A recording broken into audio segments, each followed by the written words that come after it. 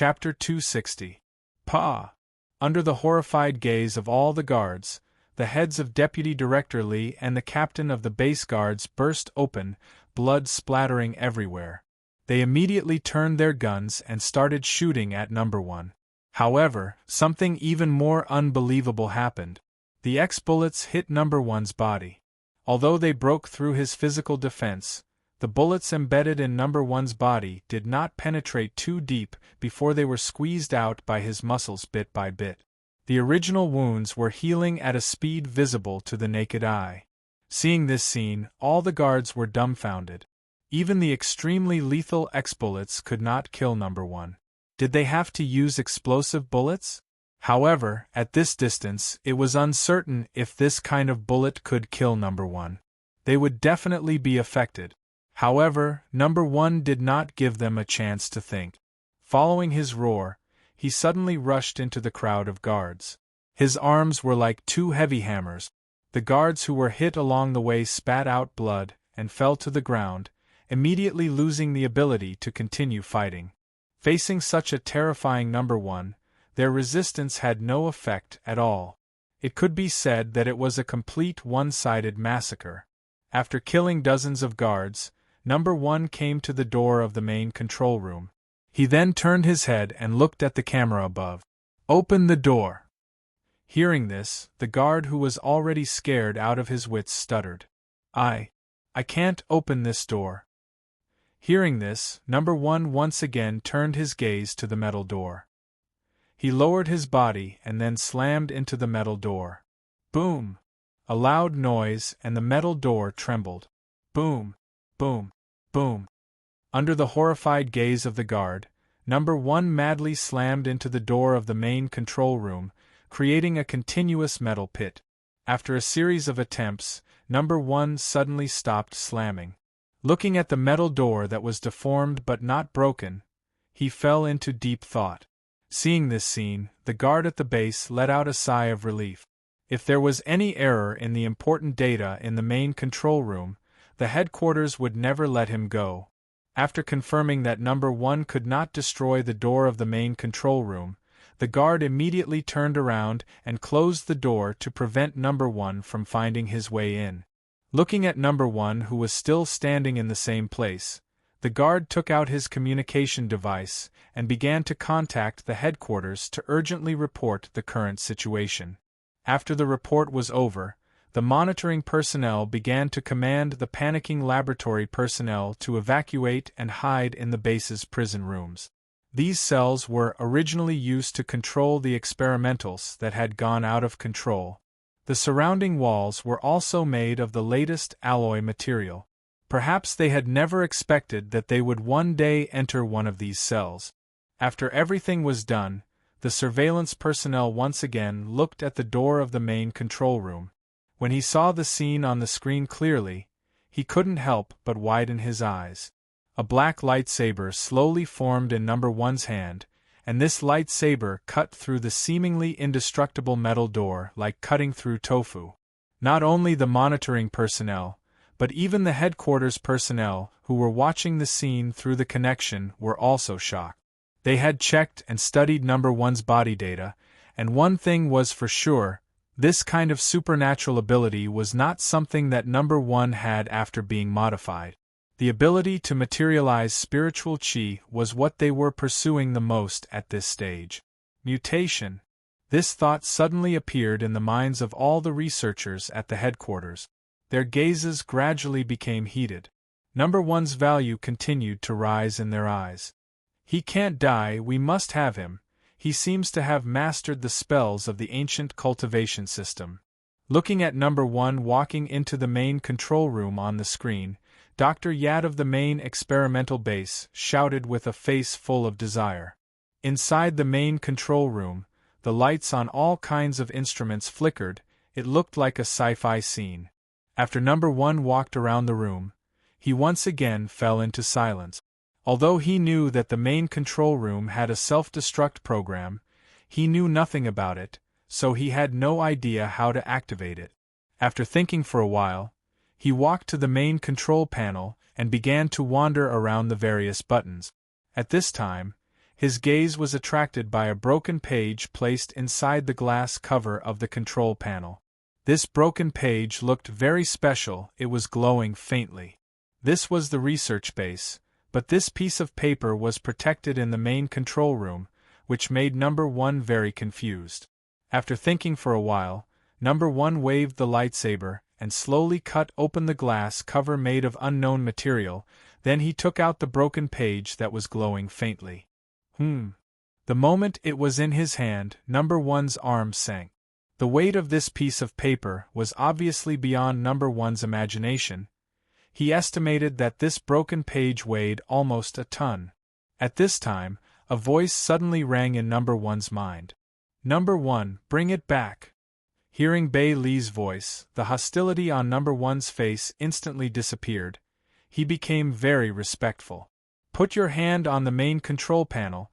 I will control the soul power in your body, leave the rest to me." Number 1 did not hesitate at all. He did as Bailey said and put his hand on the main control panel. A wisp of soul power seeped out of Number 1's body and went into the main control panel. Then, the data on the screen flashed quickly. Sections of encrypted internal program of the base were flipped out. Soon, all the programs on the main control panel disappeared. A red instruction appeared. "Are you sure you want to activate the base's self-destruct device?" Then, the data disappeared again, and the self-destruct countdown appeared directly. Originally, Number 1 was supposed to be destroyed together with the base, and this self-destruct program did not have a so-called countdown time. However, after seeing this broken page, Bailey changed her mind. Following the start of the self-destruct countdown, the entire base's alarm went off, and Number 1 started walking out of the base with the broken page. After taking the elevator back to the metal passage, Number 1 destroyed the elevator control panel with a punch, then walked towards the giant rock outside of the passage. Hearing the self-destruct countdown, all the researchers in the cell panicked. Some of them even cried out in fear. They opened the cell and ran out like crazy. Even the monitoring personnel did not have the thought of hiding in the cell, so they followed them and ran out. If the entire base were to self-destruct, as long as one was in the base, hiding anywhere would be a dead end. Only by leaving the base would there be a chance of survival. As for the database, all kinds of important scientific research materials in the database, they were abandoned without hesitation under the threat of death. However, when they arrived at the elevator, they realized that the elevator had been destroyed. They could not leave the place at all. At this moment, despair spread in the hearts of all the researchers in the base. One by one, they laid on the metal wall outside the elevator, knowing what they were going to face next. At this time, Number 1 had already walked out of the giant rock door. He turned his head to look at the giant rock, then retreated a distance, but he did not leave. Instead, he stared at the giant rock door and waited. The order he received was to destroy the entire human experiment base, so naturally, he would not allow anyone to escape. As time passed, a muffled sound was heard, and the ground shook violently. The ground above the laboratory began to collapse, including the giant rock that was disguised as the door. Everything fell into the collapsed pit. Everything inside the base was destroyed in the explosion, whether it was the data, the researchers, or even the battered experimental subject. Looking at the sunken giant pit, Number 1's expression was indifferent. He turned around and left with the broken page. Chapter 261. Inside the battle artifact space. At this moment, Lu Wu and Bailey were staring intently at the paper floating in the air. Emperor's Mirror, broken page. A collection of spiritual cultivation into one's body written by the ancient emperor using the power of the laws of heaven and earth. Item details. Sanctification part, broken. Lu Wu and Bailey were stunned when they saw the information on the page. They had always thought that the Jeddah Corporation had only found an ordinary ancient cultivation book. They never expected that the Jeddah Corporation had obtained a supreme cultivation method like the Emperor's Mirror. Hiss! Hiss! Lu Wu and Bailey, one adult and one child, gasped at the same time. What kind of existence was the emperor? He was more powerful than the emperors of the heaven realm and the underworld. He was once the strongest in the three realms. How could their cultivation manuals be ordinary? What a waste. They actually used such a supreme codex for human spiritual energy recovery experiments, Bailey murmured as she looked at the broken page. Good stuff. Lu Wu couldn't help but exclaim. Wu, the Jetta Corporation might have gotten hold of the entire Emperor's mirror and placed it in different laboratories, Bailey said with a serious face. Snatch it. Lu Wu immediately expressed his thoughts. It would be a great waste to leave such a treasure in the Jetta Corporation's human experiments. Lu Wu felt that it was better to keep it with him. What do you plan to do? Don't we have number 1 here?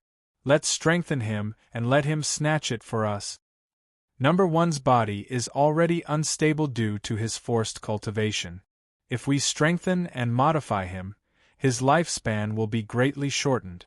Unless we imprint his soul into the artifact, he might not live more than a year. Moreover, he is different from the players who slowly adapt to the realm increase. If we directly inject soul power to increase the realm, his soul might not be able to withstand it, Bailey reminded as she glanced at number 1 who was standing at the side. Then let's imprint his soul into the artifact first. Then, let's find the inheritance of physical cultivation in the spirit summoning palace and increase his strength to the limit of his soul, Lu Wu said after some thought. Are you planning to modify him into a secret weapon in the real world? Bailey asked curiously. There are many things that are inconvenient to do in real life. With him around, it's perfect. Bailey nodded immediately and put on a white robe. At the same time, the surrounding soul power gathered and lifted number 1 into the air. Then, Bailey condensed a pair of frameless glasses and put them on, looking very professional. Good luck then, I'll go cook. Lu Wu gave Bailey a look of encouragement. Bailey returned a solemn look. Make more. I have a good appetite today. Lu Wu wanted to say, you're making it sound like you don't have a good appetite, but he stopped himself after some thought. His figure slowly faded out of the artifact space. Land of the 9 luminaries, His Excellency Xian Tian Pavilion. 9 ferocious-looking figures, each 3 meters tall, sat in a circle in the main hall. The table in front of each of them was filled with all kinds of spiritual materials, meat and wine.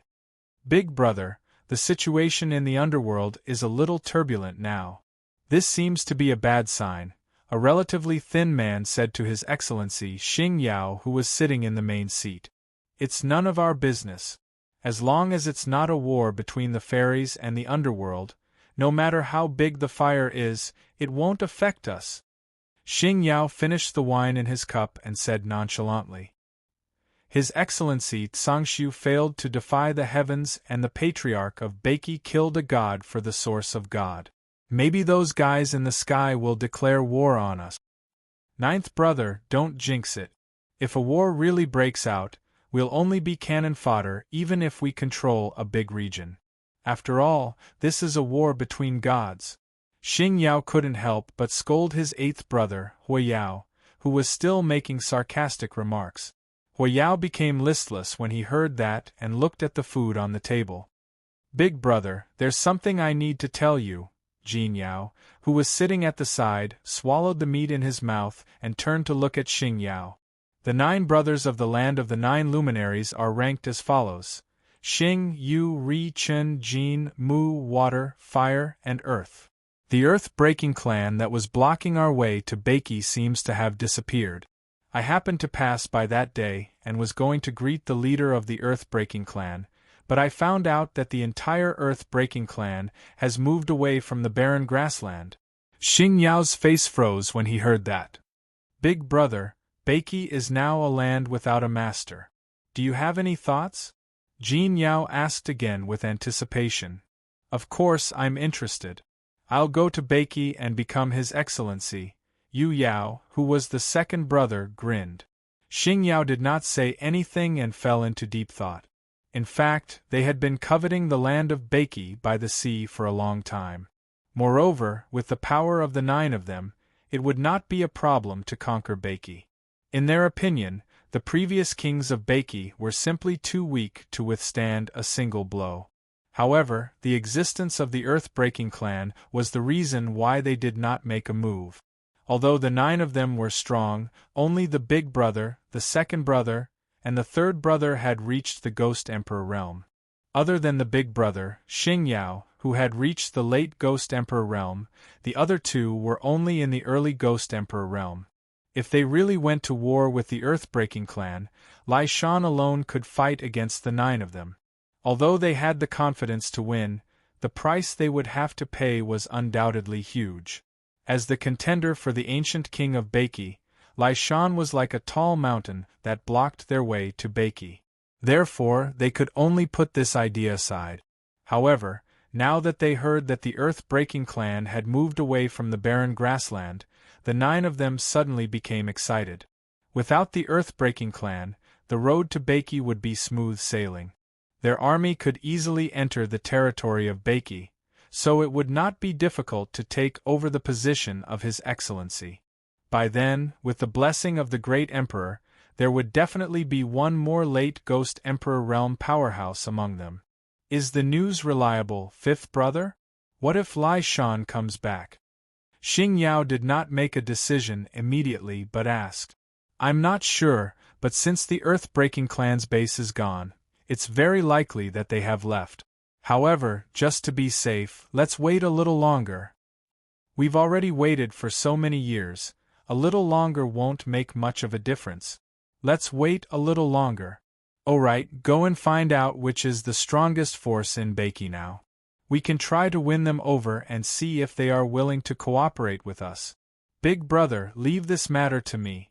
When we successfully take over Baki, I will become His Excellency. Yu Yao said impatiently. Go be careful. If Lai Shan comes back with his people, retreat immediately. Otherwise, if he finds out that you're coveting Baki with his hot temper, he will never let you go. Big brother, I know that. If Lai Shan comes back, I will definitely leave with my people. I don't want to go against that lunatic. I'm leaving now, you guys take your time to drink. Yu Yao stood up and left in a hurry after saying his goodbyes. Knowing that the position of His Excellency of Baki was vacant, he could not wait to take over Baki and accept the Great Emperor's blessing. When the 9 luminaries decided to bare their fangs at Baki, the players of Baki also received a mission notification. Main mission: Conquest of the 9 luminaries. Mission summary: after half a year of conquest, our army has finally taken control of the land of Baki. However, the pace of the conquest will not stop. The land of the 9 luminaries, which is close to us, will be the next land of conquest. Explore this strange territory, countless resources are waiting for you to plunder. Mission requirement: explore 5% of the land of the 9 luminaries. Mission reward: title of Pioneer. Chapter 262. With the advancement of the main mission and the start of the expedition in the land of the 9 luminaries, the Baki players were extremely excited. This represented a new challenge, as well as more opportunities and resources. Soon, the players began to form teams and prepared to explore the land of the 9 luminaries to see what kind of environment it was. However, at this moment, an uninvited guest arrived. At the entrance of the Mansion of the Dead, there was a messenger sitting on each of the 9 Chaos Earth Dragons. Each of their hats had an underworld word written on them. They were star, moon, sun, chin, metal, wood, water, fire, and earth respectively, representing the 8 lords and His Excellency in the land of the 9 luminaries. Their appearance immediately attracted the attention of the players. A large number of them went out of the city to watch. Friends from the Mansion of the Dead, we are the 9 luminaries' messengers under His Excellency. We are here to discuss important matters with your lord. After the players analyzed the message of the messengers, they all had a strange look on their faces. In their eyes, they were courting death. We were just about to get rid of you, but you actually came to us. The players did not waste any time. These 9 messengers were all ghost generals, so they naturally did not want to let them go. They surrounded them and were ready to turn them into resources. Brothers, don't be impulsive. Let's see what their purpose is first. Lu Chai's voice rang in the live chat channel. The players still gave Lu Chai face and stopped in their tracks. Messengers of the 9 luminaries, tell us your purpose here. Lu Chai squeezed through the crowd and appeared in front of the messengers. Are you the Lord here? The messenger with the word, Xing, on his hat asked immediately. Lu Chai looked at the players around him and felt ashamed. To be honest, he really could not represent the players. They did not attack him now because they were giving him face. He really did not dare to accept the title of Lord. Don't waste time. Why are you asking him first? You answer whether he is the Lord or not. Yes, don't waste time. Ask him first. Lu Chai nodded secretly when he heard the other presidents speaking in the live chat channel. He then said, I am the Lord of the Mansion of the Dead. What do you want? The messenger of Xing Yao heard him and nodded. He then threw a scroll in his hand to Lu Chai. Lu Chai reached out and took it. He glanced at the line of words on the scroll, Decree of His Excellency 9 Luminaries.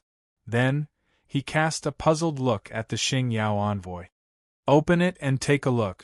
If you're willing, the land of the 9 luminaries will guarantee that you'll have a high position in Beiki in the future. When the surrounding players heard this, they almost burst out laughing. It was true that natural disasters didn't show their might, and yet another force that treated them like sick cats had appeared. Seeing the eager players, Wu Guoyi immediately spoke in the regional channel. Everyone, restrain yourselves. Let's look at the contents of the scroll first. After opening the scroll in his hand, Lu Chai sent a screenshot of the contents of the scroll to the regional channel. However, when the players saw the contents of the scroll, they all laughed. His Excellency the 9 luminaries actually hoped that the players would be loyal to him and help him attack the other forces in Beiki in exchange for the position of a great lord in the future. Do you take us for fools? Why isn't he taking off? I'm suddenly looking forward to the future conquest of the land of the 9 luminaries. Boss Lu, write an edict as well. Just say that if His Excellency 9 luminaries hands over the territory to us, we will give up on turning him into soul coins. Naturally, the messengers of the 9 luminaries had no idea about the players' discussion in the regional live chat channel.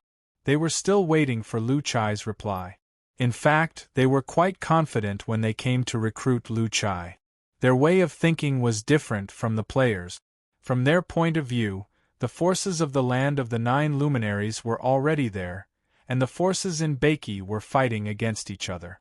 Even if they joined forces, they would still be no match for the land of the 9 luminaries. As long as they made the promise of becoming a great lord, these people would definitely submit. After all, this condition could put an end to the turmoil in Beiki and allow them to enter a stable stage of development. Secondly, they could own a bigger territory and obtain more resources. Moreover, His Excellency Xing Yao had clearly written in the edict that he was willing to provide military support. With so many benefits, an ordinary lord would definitely agree to it because it was a good opportunity to rely on the power of the land of the 9 luminaries to develop their own forces. Unfortunately, the ones they recruited were the players. How could the players fall for this trick? They were all ready to beat up the 9 messengers to vent their anger. Lu Chai's face was also unfriendly. Beiki was already the players' territory, but His Excellency Xing Yao had already extended his hands into their territory before they even came knocking on their door. It was simply intolerable. Guild leader Lu, wait. The official commentators said that the strength of the land of the 9 luminaries is stronger than ours. Don't worry, let's try to trick him again. Hearing this, Lu Chai frowned. However, when he saw that the person who spoke was Yin Xiaoqi, he couldn't help but be stunned. Yin Xiaoqi was now considered very famous among the players. He had made 2 plans to turn the situation around for the European server players. Therefore, Lu Chai had a deep impression of him. Hence, he chose to accept Yin Xiaoqi's suggestion. How about this, Guild Leader Lu? I'll say something and you say something. Let's get to the bottom of the situation first. Alright, I'll listen to you first. Lu Chai nodded. Lord of the Mansion of the Dead, I hope you will consider this seriously. Beiki is not only under your control. We chose you because we trust you. Don't let us down. Hearing this, the players started to discuss among themselves. To them, the threat of the 9 luminaries' messengers was nothing. In the land of Beiki, the Rock Ghost King and the Hydra King were actually on the same side as them. This could be seen from the battle with the Sea King. After all, if they wanted to rebel, they could have surrendered to the Sea King when the Sea King navy attacked. Messengers of the 9 luminaries, the Imperial Edict states that you are willing to provide military support. When will your army arrive? Lu Chai asked according to Yin Xiaoqi's words. Hearing this, the Xing Yao messenger's face froze. To be honest, he couldn't guarantee when the military support would arrive. After all, at this stage, whether the Earth-breaking clan would return was still a question. They dared not send their troops rashly. After a moment of silence, the Xing Yao messenger spoke again. As long as you agree to send troops to attack other forces, our military forces will arrive soon. Messenger, perhaps you don't know this. Although we occupy the Mansion of the Dead and have the largest force in Beiki, we have become extremely short of resources after several expeditions recently. If your military forces can't keep up, how are you going to start this war? As long as you start the war, we will provide you with resources. As for the military forces, we will catch up as soon as possible. Slap. At this moment, Lu Chai slapped his thigh. Messenger, you should have said so earlier. As long as there are resources, my clan is naturally willing to be the vanguard of His Excellency 9 luminaries. I agree to this condition. Hearing this, the Xing Yao messenger frowned. War was not a child's play. Therefore, when he saw Lu Chai agreeing so readily, he felt that something was wrong. Thinking about the resources that Lu Chai mentioned, he suddenly had a guess. Is the Lord of the Mansion of the Dead trying to cheat the land of the 9 luminaries of their resources and then not doing anything after receiving them? As soon as this thought popped up in his mind, he saw Lu Chai speaking confidently. Since His Excellency 9 luminaries is so sincere, then we shall prepare for war against the Rock Ghost King. We shall use this war to express our sincerity. Hearing this, the 9 messengers were stunned. Isn't this too straightforward? Are they going to start the war already? Chapter 263. Looking at the 9 messengers who were stunned, Lu Chai smiled indifferently. Since I've agreed, I naturally have to show my sincerity. I'll declare war on the Rock Ghost King. Are you all interested in watching this battle? The 9 messengers obviously could not keep up with Lu Chai's pace. After a moment of silence, they nodded subconsciously. Soon, all the Beiki players began to prepare for war. A large number of people gathered outside the city. About 2 hours later, the huge army of players was assembled and advanced toward the North Rock. The messengers of the 9 luminaries were dumbfounded. Lu Chai's declaration of war was too hasty, to the point that they were not confident. Hence, they immediately followed the army of players toward the North Rock. They wanted to see if the battle was real or just a feint. Meanwhile, in the live chat channel, Yin Xiaoqi, Boss Lu, did you get someone to inform the Rock Ghost King? Did he agree? Lu Chai, he agreed. The Rock Ghost King said that he'll put on a show and try his best to cooperate. He wants 20% of the resources sent by the 9 luminaries. Yi Shui ha ha ha, Sister Yin Xiaoqi is awesome. Another big trap. Guyu, brilliant. If we play with this plan, we'll admit defeat if we don't make them shut up. Wu Gui, interesting. Don't be too ruthless when the time comes. It doesn't matter if we die or get injured. Just leave some resources for the Rock Ghost King. Don't go overboard. After more than 2 hours of marching, the players finally arrived at the dense forest of the North Rock. However, they did not stop moving forward and pushed straight into the North Rock. When the army of players appeared at the periphery of the Rock Ghost King's territory, countless tree demons and enchanted trees appeared in front of them.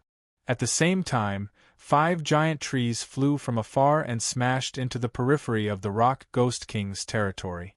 They looked at the army of players from afar. Player Clan, why are you invading the North Rocks? The Rock Ghost King scolded angrily. Rock Ghost King, hand over your territory and surrender.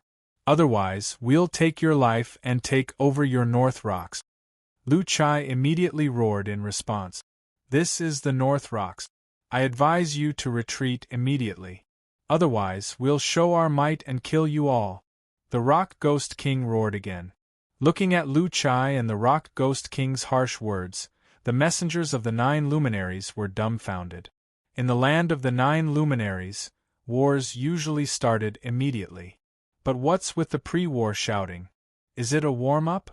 Alright, you bastard Rock Ghost King, since you don't want to surrender, then go to hell. Kill him. Stubborn fool, my North Rocks isn't something you can obtain. Children, kill with me. At this moment, Lu Chai and the Rock Ghost King roared at the same time, and the army immediately rushed forward. Seeing this scene, the 9 emissaries' expressions froze, and they began to observe the battle situation. Hong! The 2 armies collided, and the slaughter began. During the battle, the players went easy and started to show off their acting skills. In this battle, the players had to let the 9 luminaries' envoys see that they were fighting with all their might, but at the same time, they had to die inadvertently during the battle. Although it was very difficult, the players still tried their best to perform. However, the battle looked very intense from afar. The envoys of the 9 luminaries were dumbfounded by the battle. Was this for real? What happened to feigning an attack to show his sincerity?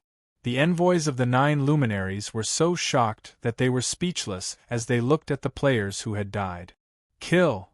The battle between the 2 armies became more and more intense as the battle roared. The Rock Ghost King was having a great time killing the players in this battle. After all, the players were just feigning an attack and he would not lose many soldiers. Moreover, after this battle, he could get 20% of the resources, which was really great.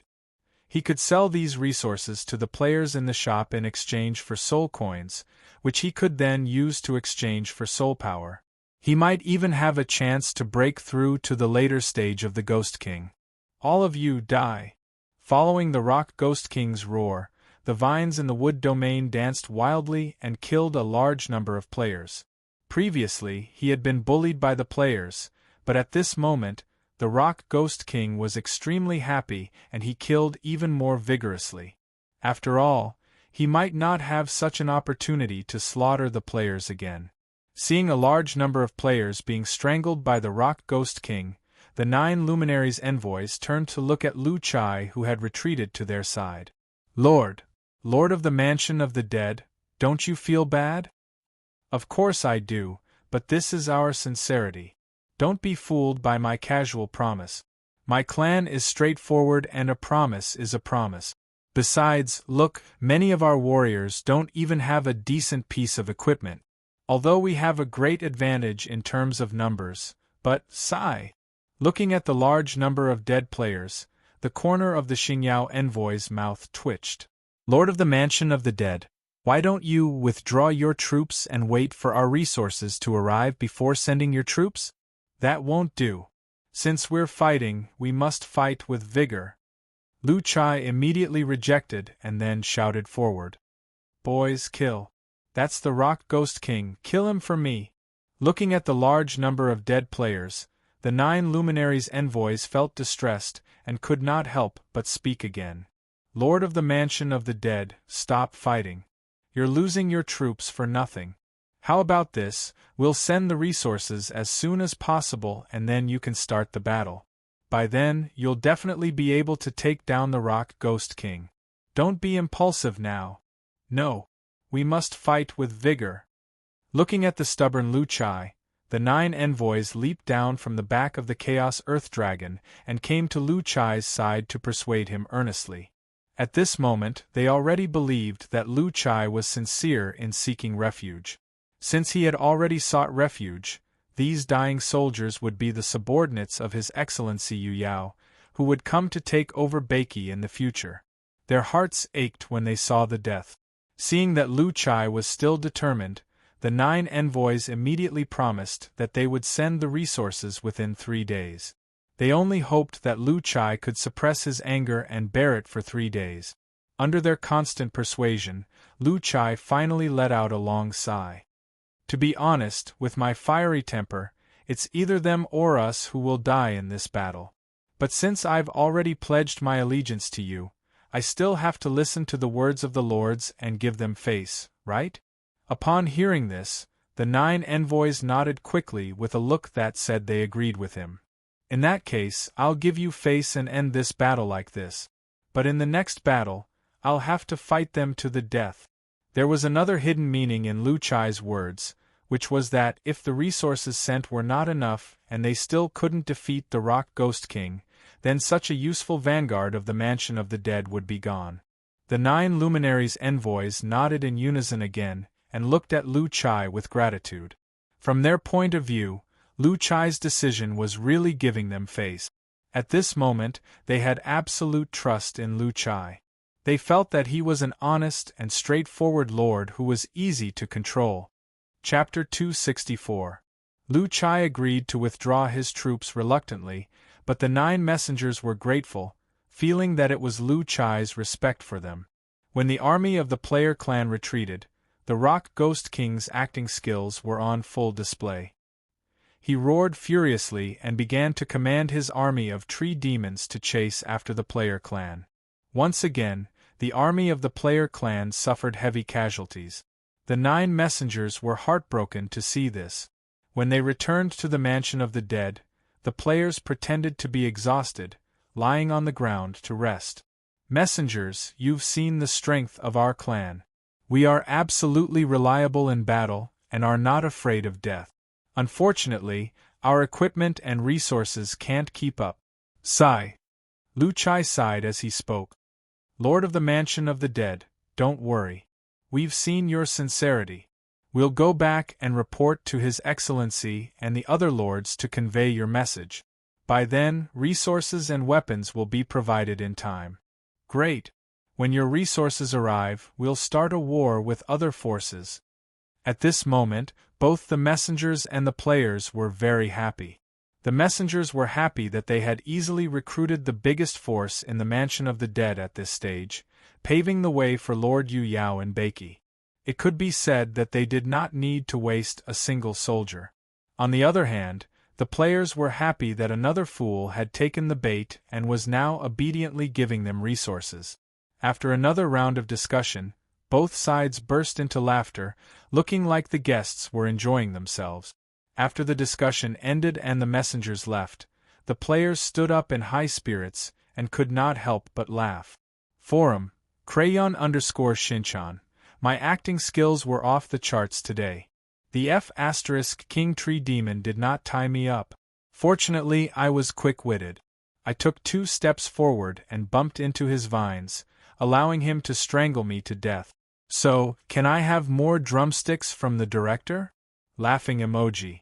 Shueli_the_strongest. You guys won't believe it. I wandered around the ancient tree demon for a long time and winked at it, but it did not hit me.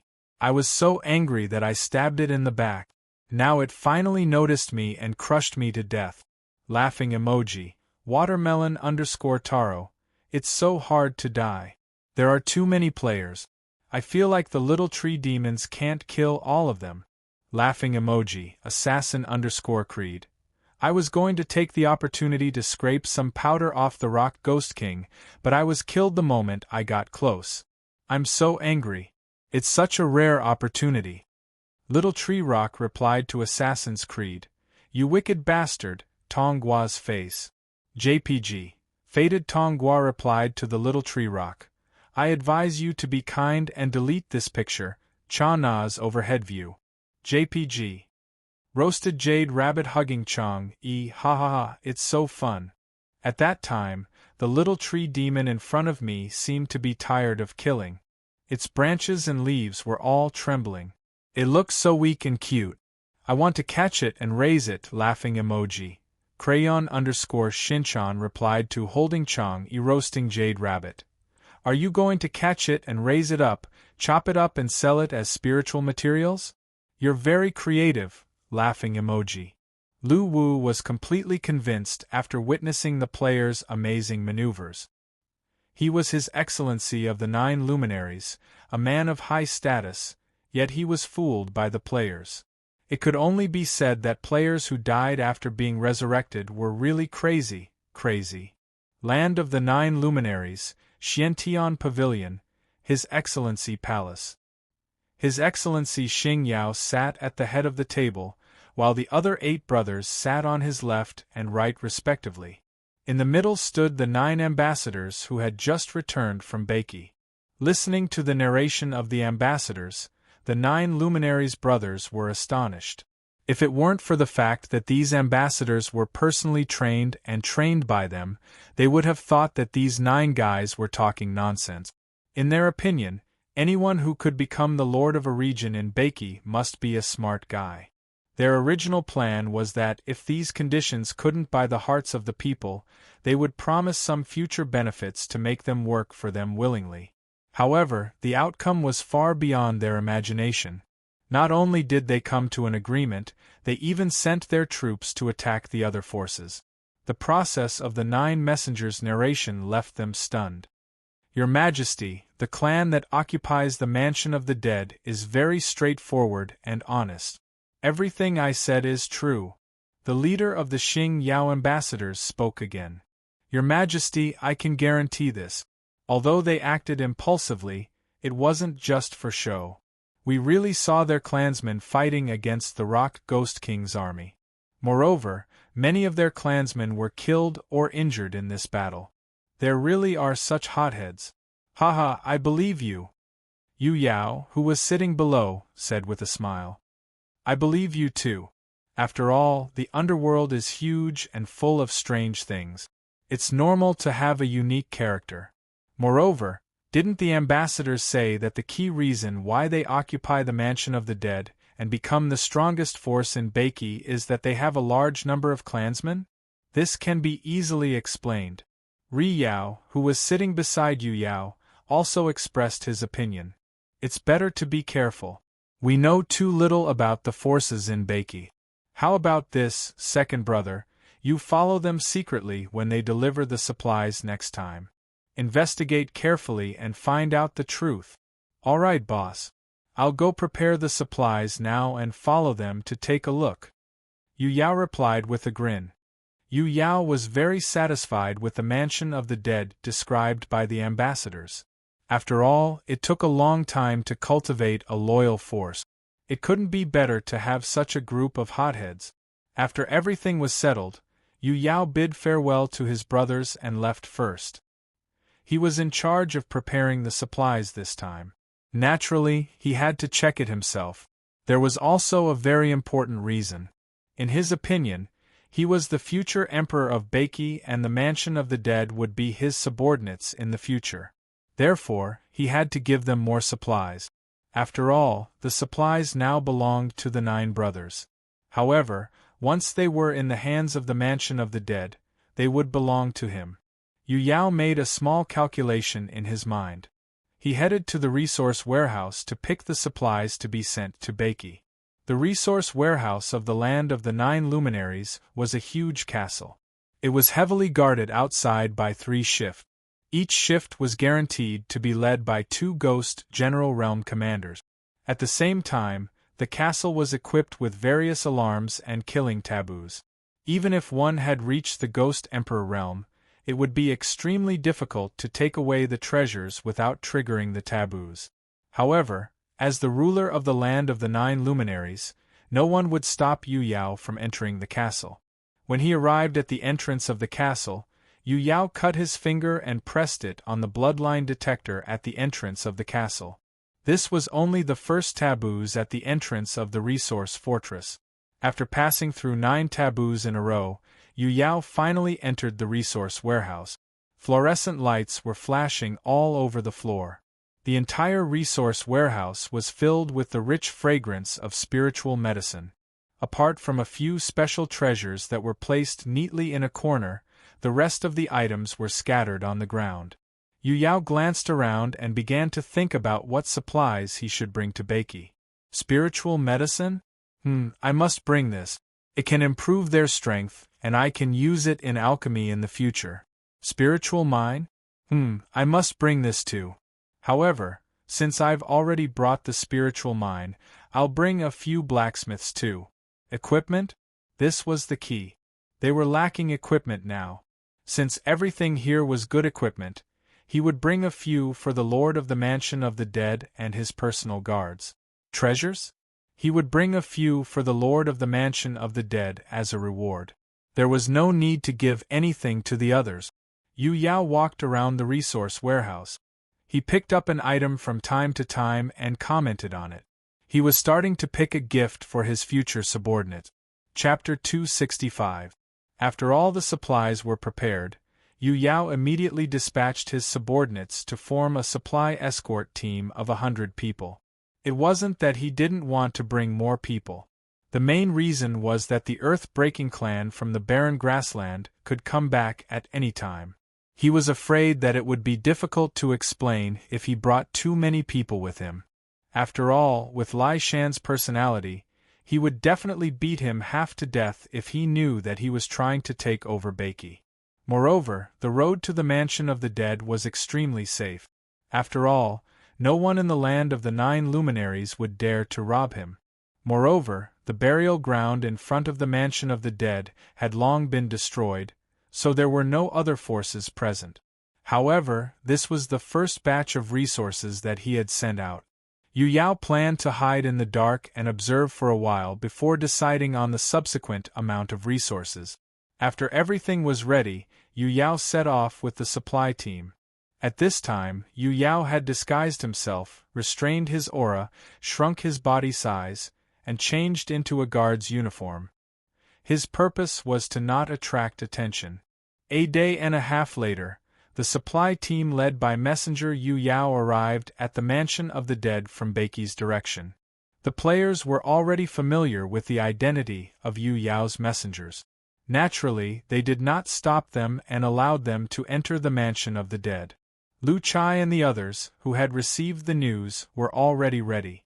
They greeted them warmly the moment they entered the city. Lord of the Mansion of the Dead, I'm glad that I didn't disappoint you. I've delivered the promised resources. Messenger Yu Yao leaped off the back of the chaotic earth dragon and cupped his fists at Lu Chai. Haha, you're being too polite, Messenger. With your material support, the other forces are definitely no match for us. When the time comes, you can just come and take over Beiki, Lu Chai said with a smile. At this moment, Yu Yao, who was in the team, smirked when he heard Lu Chai's words. Apparently, he was very satisfied with Lu Chai's attitude. However, he still planned to investigate further. However, what he didn't know was that the surrounding players were using data analysis to scan everyone in the escort team. Soon, a picture was sent to the regional channel. Lu Xiaowei, everyone, take a look and see who I found. Attached screenshot. Moonlight, early stage Ghost Emperor. Character details. One of the rulers of the land of the 9 luminaries, ranked second among the 9 luminaries brothers, and has a moon illumination army of 2.3 million soldiers under his command. Character status. Disguise state, peak. Although Yu Yao's disguise was perfect and flawless, the players saw through his disguise right away as they had cheats on him. Ha ha ha, there's a hidden boss. Is he preparing to play the pig to eat the tiger? Laughing emoji. Everyone, don't expose yourselves. We'll let him disguise himself. Let's see who will be the first to be played with. Laughing emoji. Undercover? Spy? 007. Impersonator? Laughing emoji. This Yu Yao's second bro is definitely here to probe us. I'll cut to the chase. "Director, give me an extra drumstick today, I'm going to show off my acting skills." Laughing emoji. After glancing at the chat in the regional channel, Lu Chai did not look at Yu Yao, who was in the escort team. Instead, he smiled and greeted Yu Yao's messenger. Then, he waved his hand and ordered the soldiers to unload all the supplies they had brought. They had already divided this batch of resources in advance. Basically, every guild would get their share. At the same time, according to the rules, 20% of the resources would be sent to the Rock Ghost King. What they needed to do now was to prove their sincerity and put on a good show for the subsequent material support. Yin Xiaoqi had already explained the rest of the scenario to the players on the forum. This time, not only did the players want to play, they wanted to play it big. Not only did they want to cheat a lot of resources, but they also wanted to prepare for the subsequent invasion of the land of the 9 luminaries. After welcoming Yu Yao's messenger into the original palace of the Mansion of the Dead, Lu Chai waved his hand. Someone served tea to the messenger. The players who were waiting in the palace were all carefully selected actors. They began to get busy. It seemed that Lu Chai was the master of the Mansion of the Dead, and there was no mistake at all. After that, Lu Chai began to discuss with Yu Yao's messenger about his plan to fight against the various forces. However, Lu Chai knew what kind of role he had to play.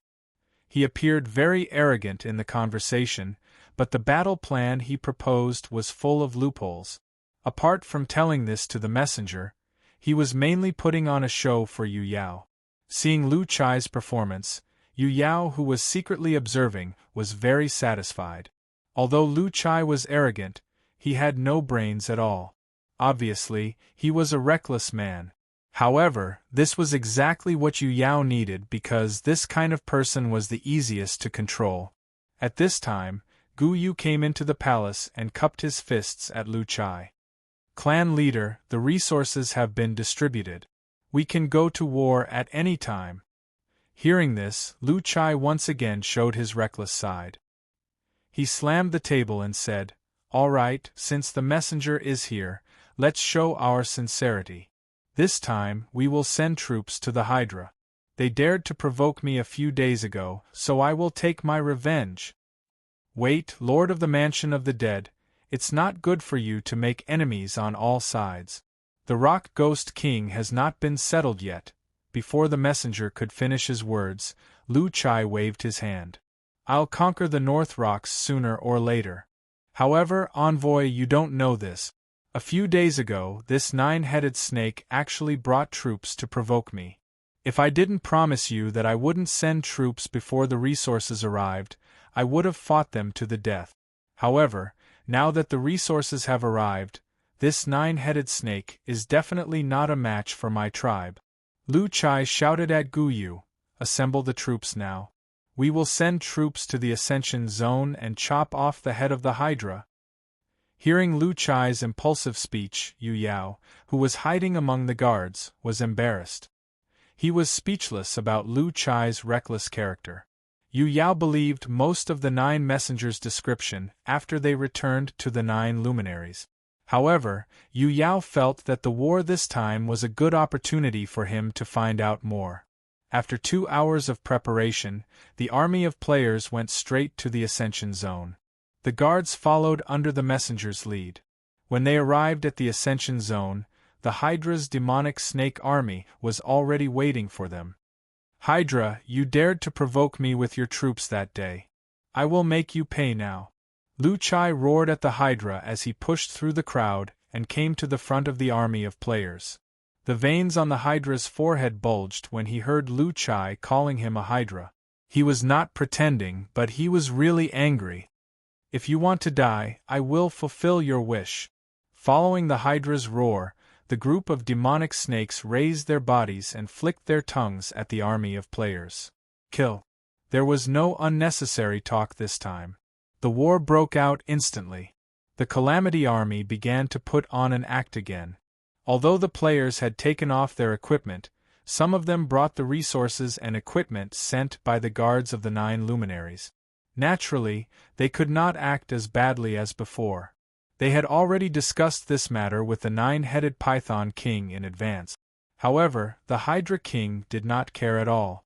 According to him, his demonic snake army had a strong reproductive ability, so it was not a problem to suffer some losses. However, the players did not go overboard. Overall, more than half of the players died. Moreover, the players were putting their lives on the line. Naturally, it was very realistic. In the continuous killing, the overall situation of the battle was still that the players had the upper hand.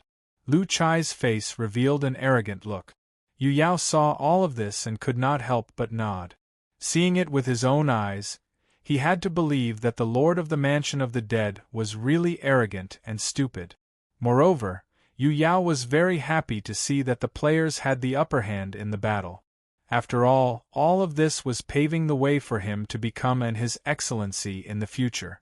Seeing that the players were gaining the upper hand, Lu Chai retreated to the side of the messenger.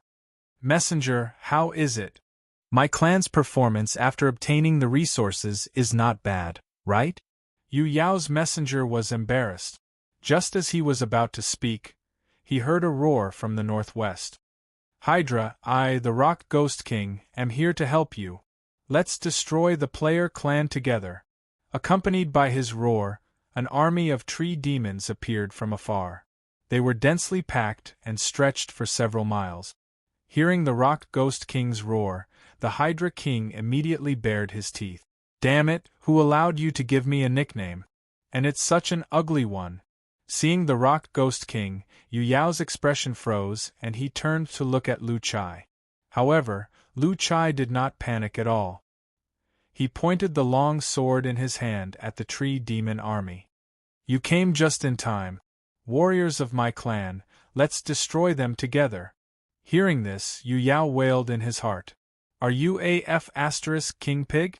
It's obvious that we can't fight. Retreat, you pig. Chapter 266.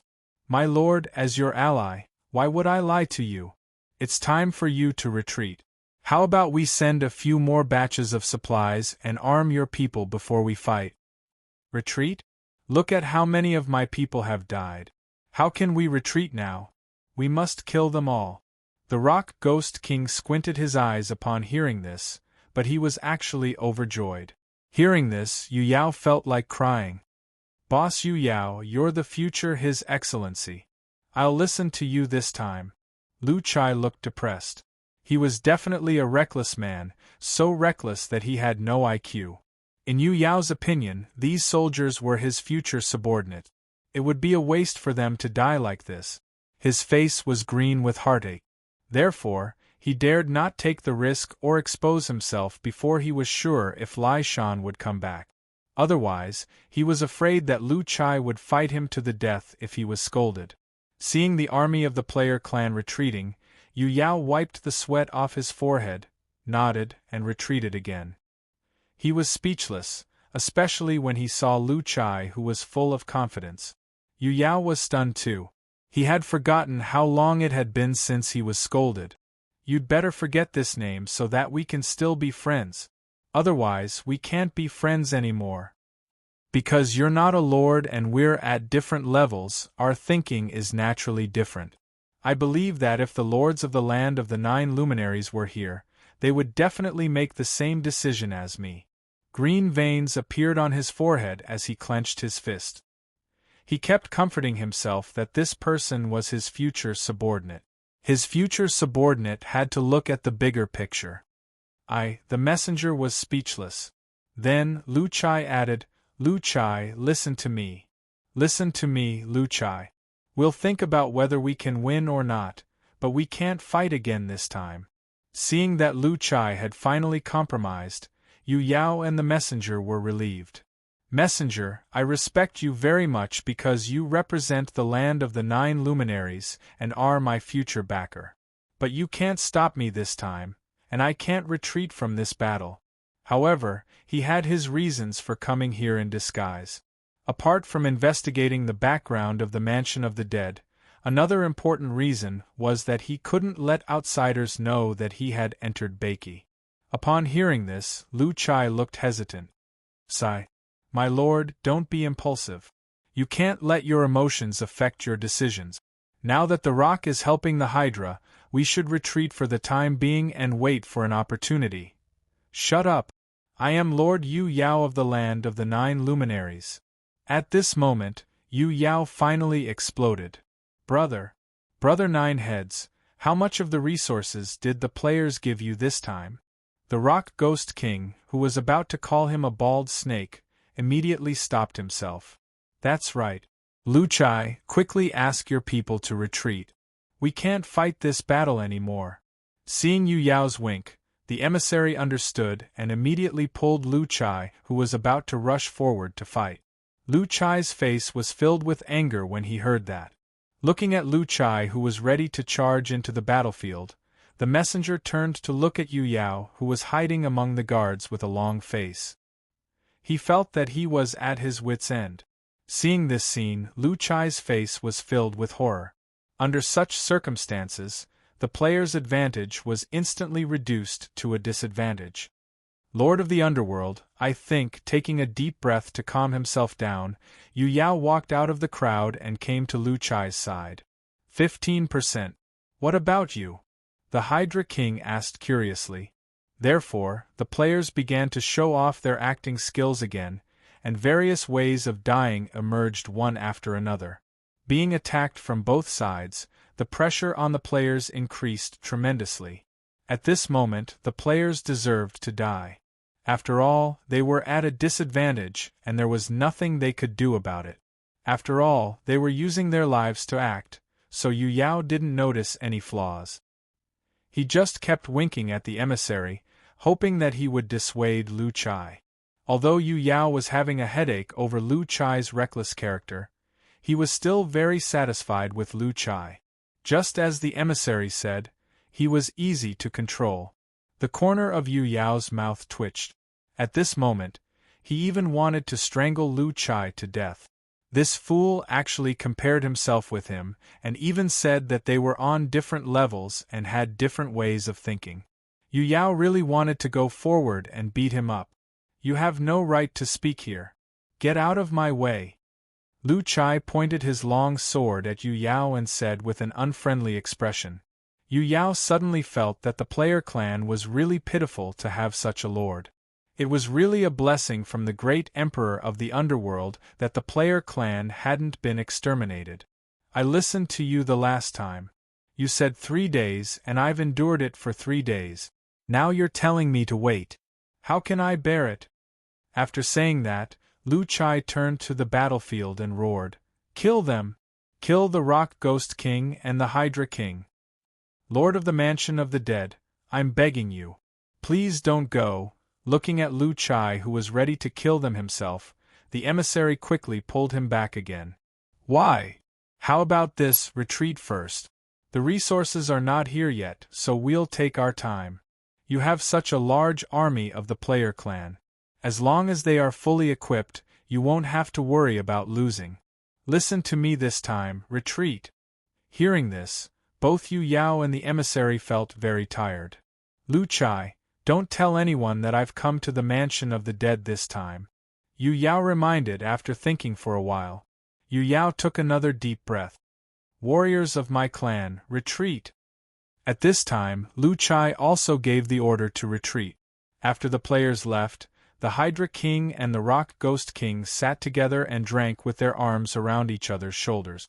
What surprised him even more was that the generals in the army of players were really obedient. They separated a part of their forces and went to the Tree Demon army without any sense of autonomy.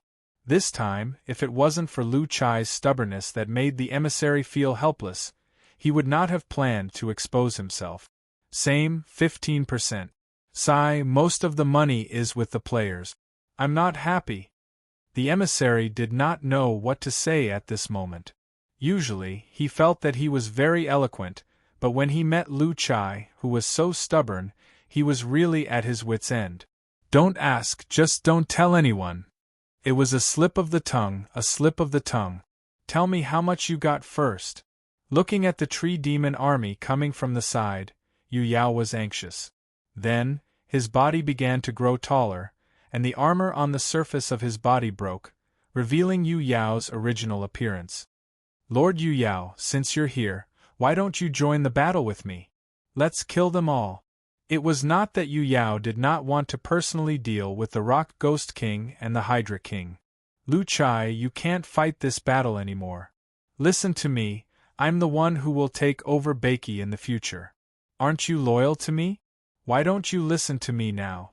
"No, I won't be happy if I don't kill these two old fellows, the Rock Ghost King and the Bald Snake." "Alright, you're the boss, you have the final say." Lu Chai scratched his head, revealing a simple and honest look.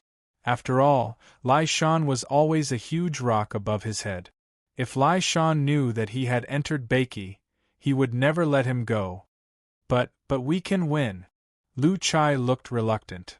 "You what? I already said that you have no right to speak here. Who do you think you are, a guard?" Lu Chai shouted angrily again. After witnessing Lu Chai's boorish character, Yu Yao felt that it was highly possible. The Hydra King almost flew into a rage when he heard the word bald. He looked at the Rock Ghost King with an unfriendly expression. "My lord, listen to me. The current situation is very disadvantageous to us. We really can't fight this battle anymore. If we do, we'll definitely lose. We have to think about it carefully. Is he willing to sacrifice his entire tribe just to be happy?" The Rock Ghost King nodded quickly. "Are you really Lord Yu Yao?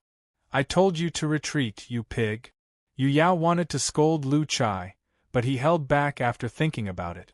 After all, this person was his future subordinate, so he should save some face. Chapter 267.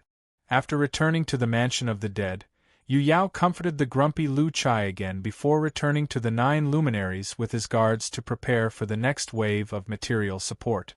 After returning to the land of the 9 luminaries, Yu Yao immediately found his 8 brothers and told them about his encounter in Beiki. Yu Yao's description was exactly the same as what the 9 messengers of the 9 luminaries said when they visited Beiki. If they still had doubts about the messengers' words, Yu Yao, who grew up with them, naturally believed in them. After understanding everything, the land of the 9 luminaries decided to fully support the rise of the Mansion of the Dead. After all, it was beneficial for them.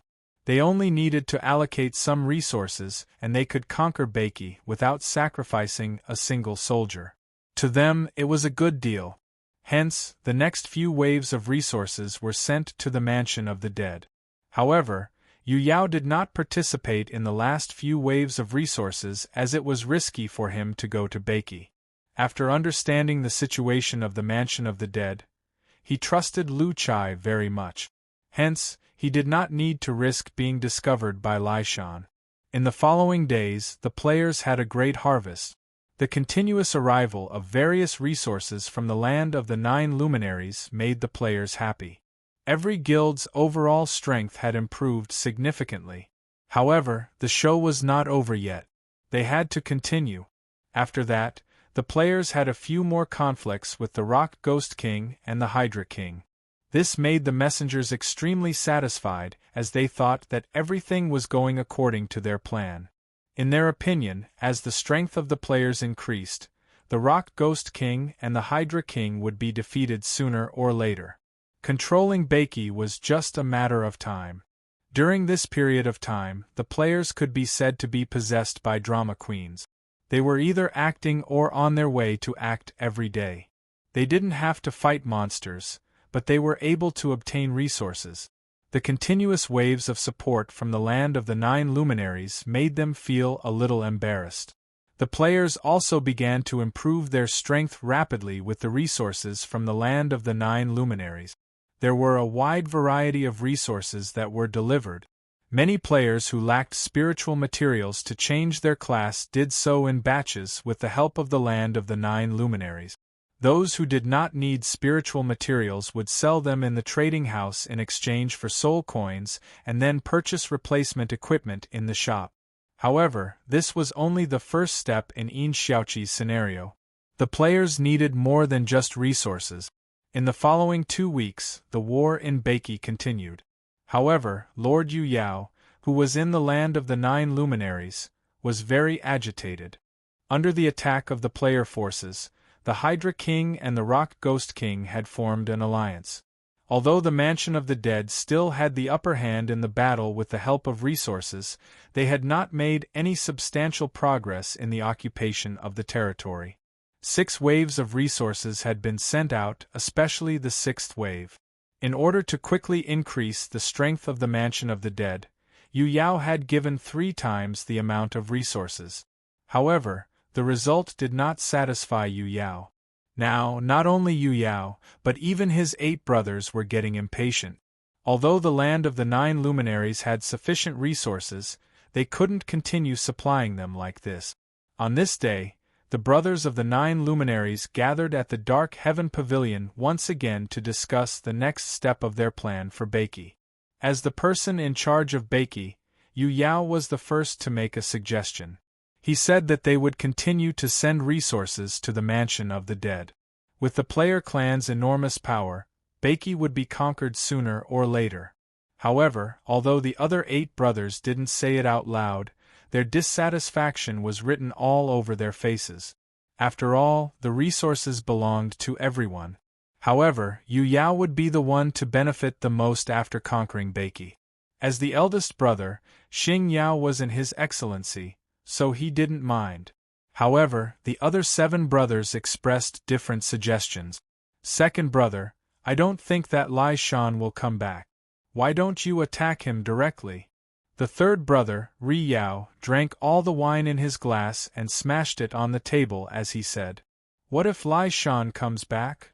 Yu Yao also knew that this matter was indeed dragging on, but he wasn't sure if he should attack him directly. Sai, I've already gone to the campsite of the Earth-Breaking clan. The entire campsite has been emptied, so I'm sure he won't come back. Second brother, don't hesitate anymore. Attack when you need to. Besides, even if Lai Shan really comes back, as long as you can escape back to the land of the 9 luminaries, will Lai Shan really fight us to the death? The 5th brother, Jin Yao, also tried to persuade Yu Yao. Yu Yao was annoyed when he heard that. Just when he was about to speak, he saw the 8th brother, Hui Yao, who was at the side, slam the table.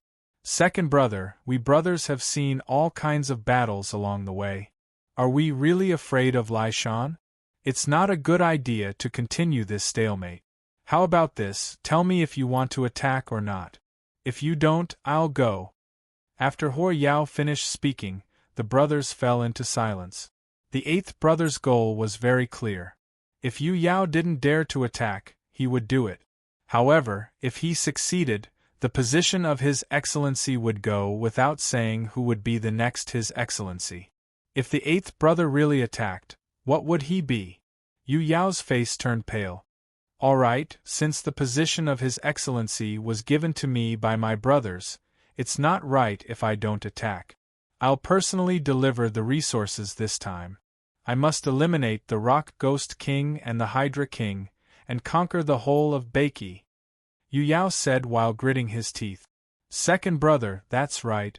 Lai Shan is very strong, but don't you have us brothers behind you? As long as you can escape back to the land of the 9 luminaries, Lai Shan won't fight us to the death. Xing Yao, who was silent at the side, also spoke. Big brother, you're right. As long as I attack this time, Beiki will definitely be conquered. Yu Yao nodded. Second brother, we're brothers. Let's not be unhappy.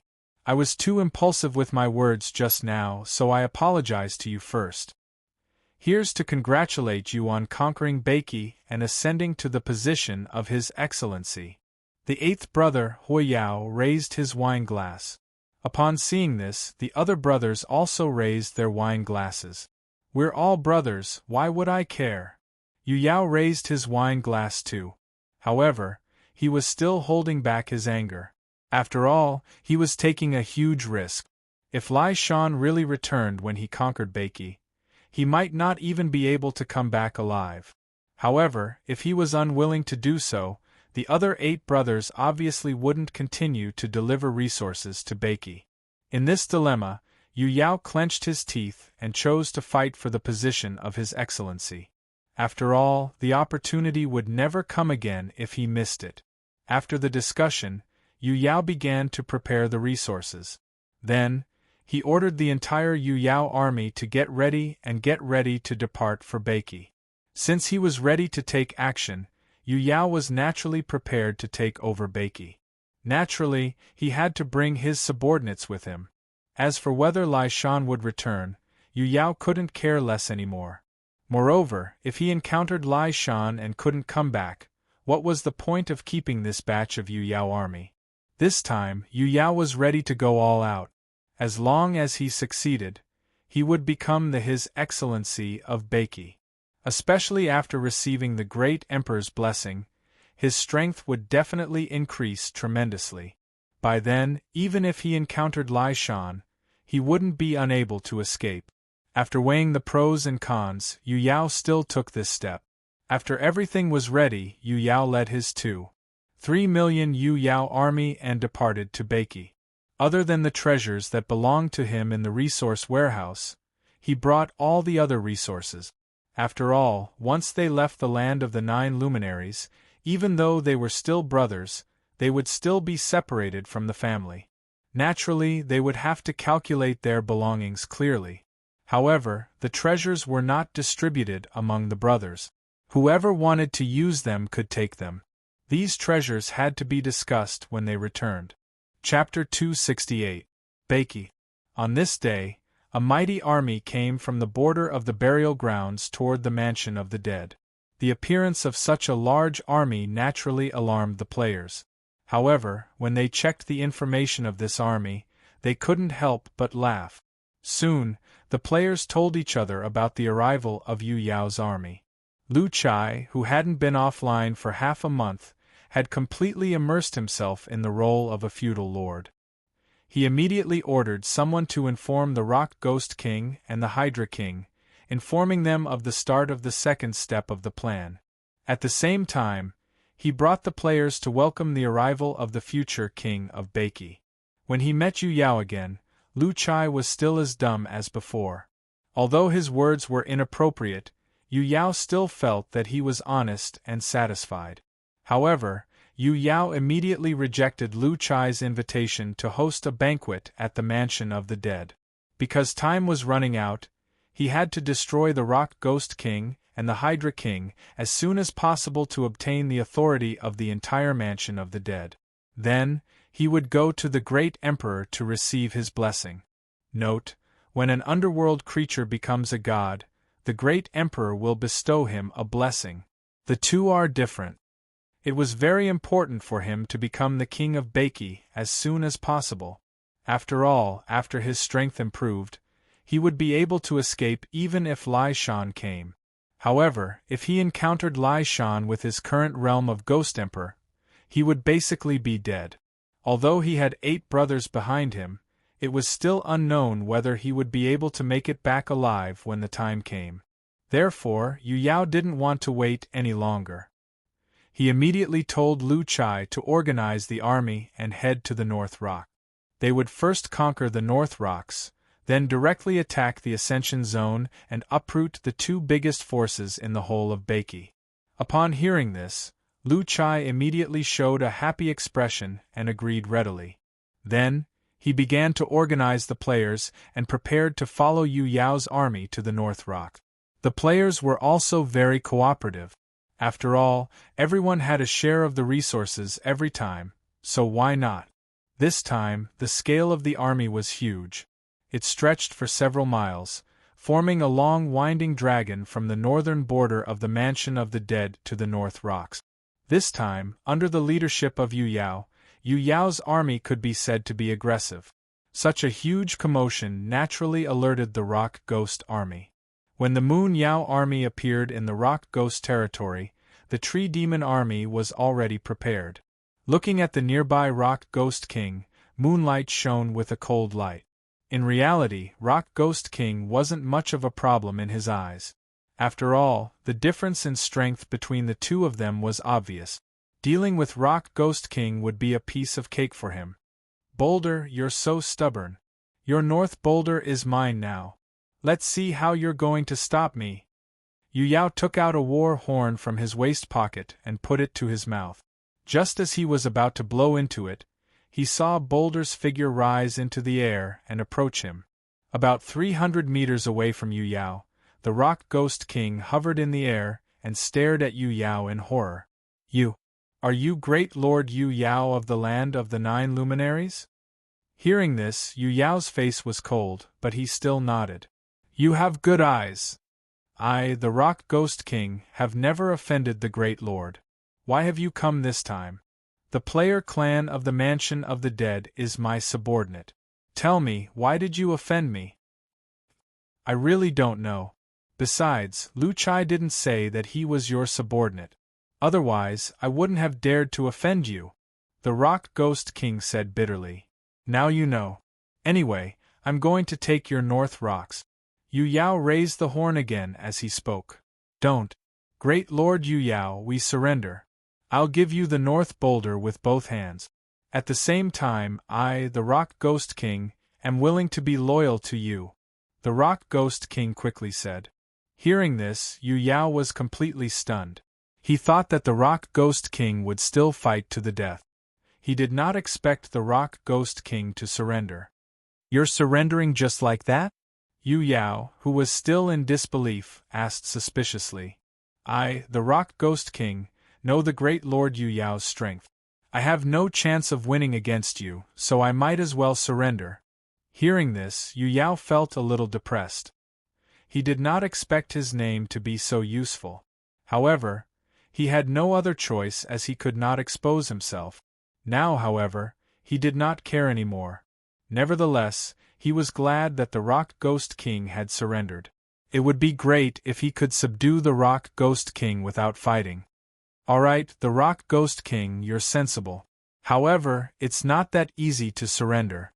You know the rules, don't you? Yu Yao said as he squinted his eyes. It seemed that if the Rock Ghost King dared to oppose him, he would kill him with lightning speed. Of course I know. Since I've pledged my loyalty to great Lord Yu Yao, the soul oath is not a problem, the Rock Ghost King answered without hesitation. In fact, the Rock Ghost King did not care at all. This was what Tong Gua had told him. As long as they boarded this pirate ship made of vibranium, their souls would be bound by the artifact. Then, the soul oath was nothing to them. They could say it as many times as they wanted without worrying about anything. Moreover, they would not be bound by the 6 paths of reincarnation. Therefore, at this moment, the Rock Ghost King was very calm. He told Yu Yao without hesitation that there was no problem. Although he was surprised by the Rock Ghost King's decisiveness, Yu Yao still thought that the Rock Ghost King had surrendered to his oppression. He was very pleased with himself. All right, let's put the soul oath aside for now. Lead your tree demon army and follow me to the Ascension Zone. We'll take over the Ascension Zone. Yu Yao nodded in satisfaction and said to the Rock Ghost King. All right. The Rock Ghost King replied with a smile. Big Boss Yu, this is too hasty. Shouldn't we kill to our heart's content before asking them to surrender? Lu Chai said unhappily. Since they've already surrendered, why bother? After all, the Rock Ghost King is leading the Tree Demon army to pledge their loyalty to me. Isn't that boosting the strength of my army? Yu Yao could not help but glare at the idiot Lu Chai. All right, you're the big boss. Whatever you say. Lu Chai sighed helplessly, looking a little unhappy. Yu Yao could understand Lu Chai's current attitude. After all, after fighting for half a month, they had been really angry. Yu Yao's arrival must have made Lu Chai feel that he could vent his anger. However, he did not expect the enemy to surrender in the end. That was why he was so reluctant. Lu Chai, we're on the same boat now. The expansion of my power is also good for you. After all, Lu Chai was the first person to follow him. Yu Yao thought about it and comforted him. After that, with the Tree Demon army joining them, Yu Yao's army, which was formed by the 3 armies, set off toward the Ascension Zone. This time, Yu Yao was full of confidence. With his current military strength, it was not difficult to take down the Ascension Zone. After a few hours of trekking, Yu Yao's army finally arrived at the Ascension Zone. This time, Yu Yao directly blew the horn to attack. The army charged straight toward the demon snake army in the Ascension Zone. Lord Yu Yao, wait. I, the Hydra King, surrender. I'm willing to pledge my loyalty to you. Seeing Yu Yao's menacing army, the Hydra King, who was still memorizing his lines, was shocked. He quickly floated into the air and flew toward Yu Yao while shouting continuously. Beep! Hearing this, Yu Yao blew the horn to stop the war. What did you say? I surrender. I'm willing to pledge my loyalty to you. The Hydra King shouted again. At this moment, Yu Yao was extremely dumbfounded. He did not expect that after coming to Beiki, the two biggest threats would surrender together without even fighting a single battle. Chapter 269. Your Majesty, these two armies are not worth mentioning. We already have an absolute advantage. They will definitely surrender. I'll look for them and persuade them to surrender. The Rock Ghost King continued Lu Chai's words. Yu Yao grabbed it in his hand and felt the remaining aura of the Great Emperor on the Yin talisman. He was extremely satisfied. Then, he knelt down in the air and kowtowed toward the fading brass bell. Kill Yu Yao, and the value of the items dropped will double. Awesome! When everything stopped, everyone realized that both the brass bell and Yu Yao had disappeared in the air. The players who were observing Yu Yao's panel were shocked to see this. Lu Chai was also dumbfounded when he heard this. I've seen it. You have indeed obtained the ownership rights of all the territories in Beiki, but you haven't been recognized by all the forces.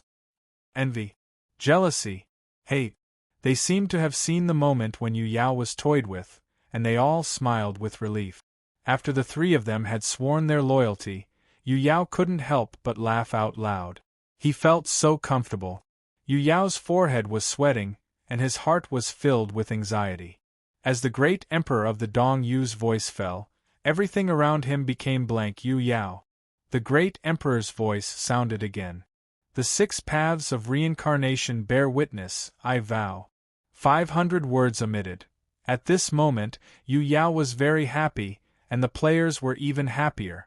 I believe that you are loyal to me, but you still have to go through the necessary procedures.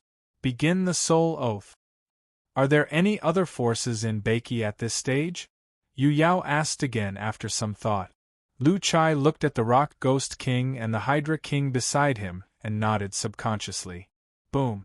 A loud noise was heard, and Yu Yao's body was ignited with golden flames. When he regained his senses, Yu Yao heard the great emperor of the Dong Yu's voice again.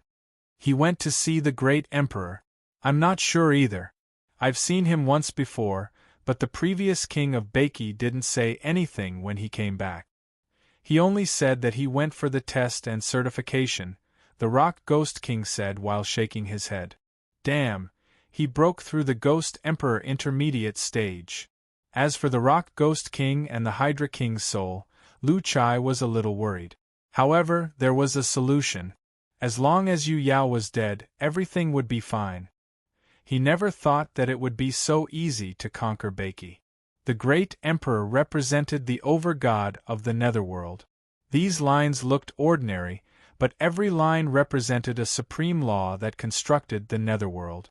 They contained boundless power of the laws, and just by circling around the sculpture, they tore countless fine spatial cracks in this space. However, in terms of strength, they would definitely not be able to contend with an existence in the Ghost Emperor realm.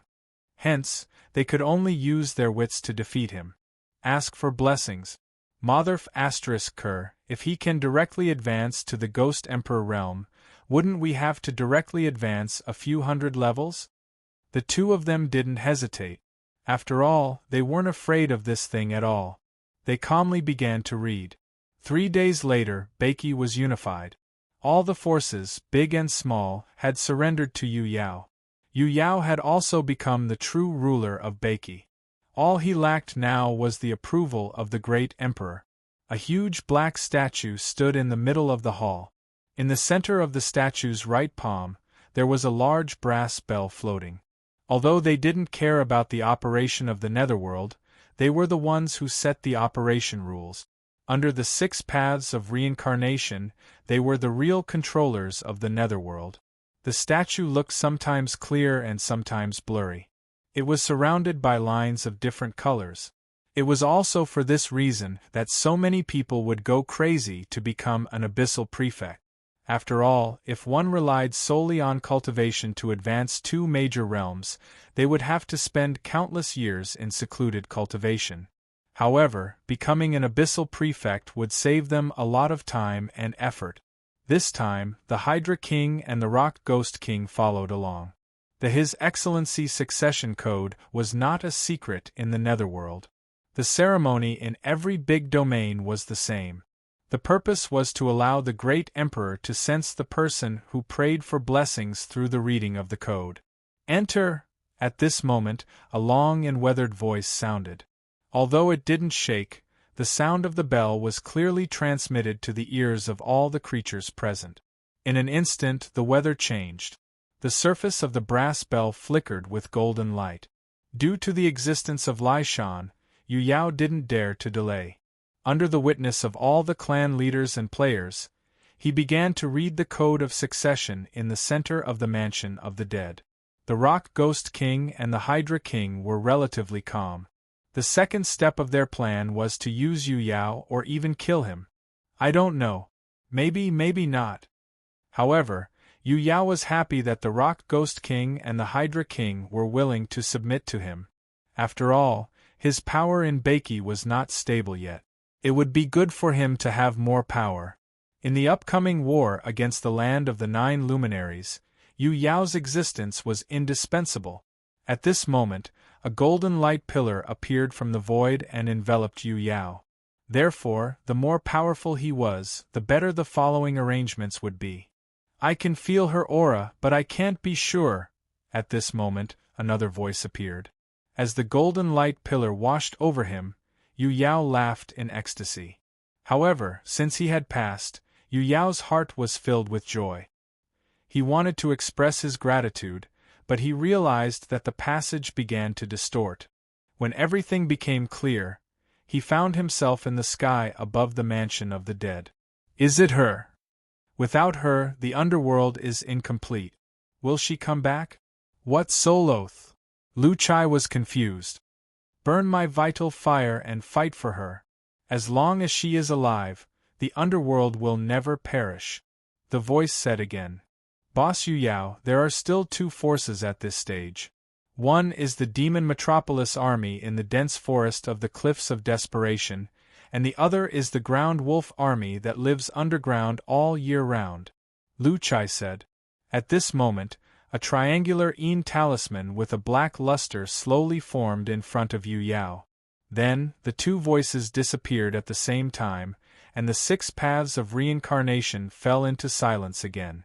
This was because Yu Yao becoming stronger was also a step in Yin Xiaoqi's plan. Upon seeing this, the players below began to chat in the regional channel. However, no one panicked. After the supplicant passed the test and certification of the Great Emperor, he could officially become an abyssal prefect and obtain the exclusive Yin talisman of the big region. While the players were discussing, Yu Yao's strengthening did not end. With another loud bang, his strength directly advanced to the Ghost Emperor later stage. Under the astonished gazes of all the forces, the brass bell reappeared. As it shook gently, the loud sound of the bell resounded throughout the land of Beiki. Everyone felt as if their souls were trembling along with the sound of the bell. That's right. Let's kill this Yu Yao first before talking about the future. We just need to grow slowly. Don't bite off more than we can chew. In the underworld, in the 6 paths of reincarnation hall. However, Beiki has not had an abyssal prefect for a while. Since you have obtained all the territories, you are already qualified to become an abyssal prefect. Next, take the heart refinement test. 666, a cheat given by the Great Emperor. That's awesome. Could this be the biggest boss in the game? Moreover, with the soul oath, he did not believe that the Rock Ghost King and the Hydra King could come up with any trick. Yu Yao, you have passed the heart refinement test. Go back now. Although the Rock Ghost King did not care about the demon metropolis and ground wolf army, the existence behind the scenes wanted to protect them. He said that they would be his people in the future, so he naturally had to ensure their safety. Where did she go? Lu Chai could not help but ask curiously. They had experienced it once and also learned from Lu Yen that the great emperor's blessing did not depend on the realm of one's strength. As long as one had not reached the godly state, he or she would advance by 2 realms. Lu Yen had also received the great emperor's blessing when he was at the bottleneck of the Ghost King intermediate stage and became a Ghost King P. His strength was almost on par with the King of Baiki, who was half a step into the Ghost Emperor realm. Upon hearing this, Yu Yao's face was filled with surprise. His body immediately floated into the air and entered the brass bell. After bringing Yu Yao to the palace of His Excellency, Yu Yao dismissed his subordinates and said to Lu Chai and the others, from Lu Chai's point of view, he was a player. The so-called soul allegiance test here would not have any effect on him. Naturally, he had nothing to fear. Then, what he needed to do next was to receive the great emperor's blessing and become an abyssal prefect. Yu Yao was puzzled because he had forgotten everything that he had just experienced. After the golden light completely dissipated, Yu Yao felt as if he had been reborn. There was an infinite power brewing in his body, as if he could break the sky and split the earth with a casual punch. She's not here anymore. What should we do if those who have left return from the outside world? Hence, all the forces waited patiently. Who can tell me what realm the great emperor is in? Is it the next realm after the Ghost Emperor realm? I think the great emperor has yet to unlock the realm. We'll know when we're stronger. Don't worry, everyone. At this moment, Yu Yao's figure was shuttling through a colorful passage. Everything around him was distorted, and Yu Yao realized that his body was also shuttling and twisting constantly. As time passed, more than half of the contents of the codex were read out. Then, an illusory brass bell appeared in the void. Just follow the 2 of them and read it. Yu Yao did not doubt that Lu Chai did not understand the soul allegiance test. After all, Lu Chai had always been a fool in his eyes. No one spoke, but their voices echoed in the palace. Thank you for the great emperor's blessing. Fengdu, it seems like you're ready. Alright, then go quickly. Once Baiki is united, I'll pray for the great emperor's blessing. Yu Yao was delighted when he heard this. He could not help but laugh out loud again. Yu Yao was not mentally prepared for the Rock Ghost King and the Hydra King's surrender. It made him feel like he had punched cotton with all his strength, and he could not exert any strength. Great Emperor, how is this possible? They've all pledged their loyalty to me. Yu Yao's heart skipped a beat as he quickly raised his head and shouted. Following Yu Yao's reading, everyone, including the players, felt as if there was an invisible force slowly pressing down on them from above. Seeing this, Lu Chai followed suit. Hence, Yu Yao, who had originally set off for the war, returned to the mansion of the dead with complicated feelings. Great Emperor, I am Yu Yao. Yu Yao quickly knelt down, but his body was elongated and twisted. Although he was kneeling down, it looked like he was being stretched into a colorful straw mat. Aren't you the same? He could feel that his realm was loosening under the washing of the golden light, and the soul power in his body was unusually abundant. Chapter 270. Baiki, Mansion of the Dead. After Yu Yao officially became His Excellency, his heart was filled with pride. He had been coveting this supreme honor for a long time. However, there was only one His Excellency in the land of the 9 luminaries. With his big brother Xingyao, he would never have the chance. But now, he had obtained the position he desired the most, and he had also obtained great power. Yu Yao's heart was undoubtedly swollen. In the next few days, Yu Yao learned about the current situation of Baiki through Lu Chai, the Rock Ghost King, and the others. However, a problem soon caught Yu Yao's attention. It was the Death Clan that was constantly invading from the east of the Underworld Sea. At this stage, The players had given up defending the east because of the situation in the land of the 9 luminaries. This caused the Death Clan to continuously surge from the Liuli coast, causing great damage to the ecology of Beiki. Yu Yao found out from Lu Chai that the Death Clan was actually the Sea King's force. This gave him a headache. However, since he was already His Excellency of Beiki, this problem had to be solved. Yu Yao immediately decided to visit the Sea King, hoping to resolve this issue through negotiation. However, what he did not know was that this was exactly what the players wanted to see. At the western border of the barren grassland, a supply escort team led by Yu Yao's army and supported by the players and other forces of Beiki came from the direction of the land of the 9 luminaries. This escort was extremely important to Yu Yao because this batch of supplies was all he had in the 9 luminaries, including many treasures. After he became the king of Beiki and completely separated from his brothers, Yu Yao naturally would not keep these treasures in the 9 luminaries. Instead, he chose to bring them back to Beiki. Although the supplies were very important, Yu Yao did not personally escort them because he was not worried at all. At this stage, the 9 luminaries and Beiki were on the same side. Moreover, the players, the Rock Ghost King, and the other forces had already pledged their loyalty to him, so it was impossible for them to betray him. In this almost foolproof situation, Yu Yao went out to sea with peace of mind. The 50,000 escorts moved toward the mansion of the dead along the recently opened road in the barren grassland. As the leader of the escort team, Ghost General Mad Tooth kept glancing forward to observe the situation. Although this escort was very safe since all the forces of Beiki had been captured and it was impossible for them to betray him, he still had to be prepared. Based on what Yu Yao said, there might be forces of Beiki that had yet to pledge their loyalty to him. After walking along the road out of the border and arriving at the land of buried bones, the view in front of him instantly widened. Mad Tooth heaved a sigh of relief. After all, the barren prairie was the best place to set up an ambush, so the danger level was reduced. Just when Mad Tooth waved his hand to signal the team behind him to keep up, heavy footsteps came from the direction of the barren grassland. Mad Tooth hurriedly turned around and looked in the direction of the barren grassland. He immediately saw countless figures moving in the weeds and approaching. When he saw them clearly, Mad Tooth's pupils shrank. He was very familiar with these people. They were the fire warriors under His Excellency Hui Yao. This scene gave Mad Tooth quite a fright. He hurriedly patted the Chaos Earth Dragon beneath him and ran towards the back of the escort team. Quick, Yu Yao army, escort the resources back. The rest of you, cover the evacuation of the resources with me.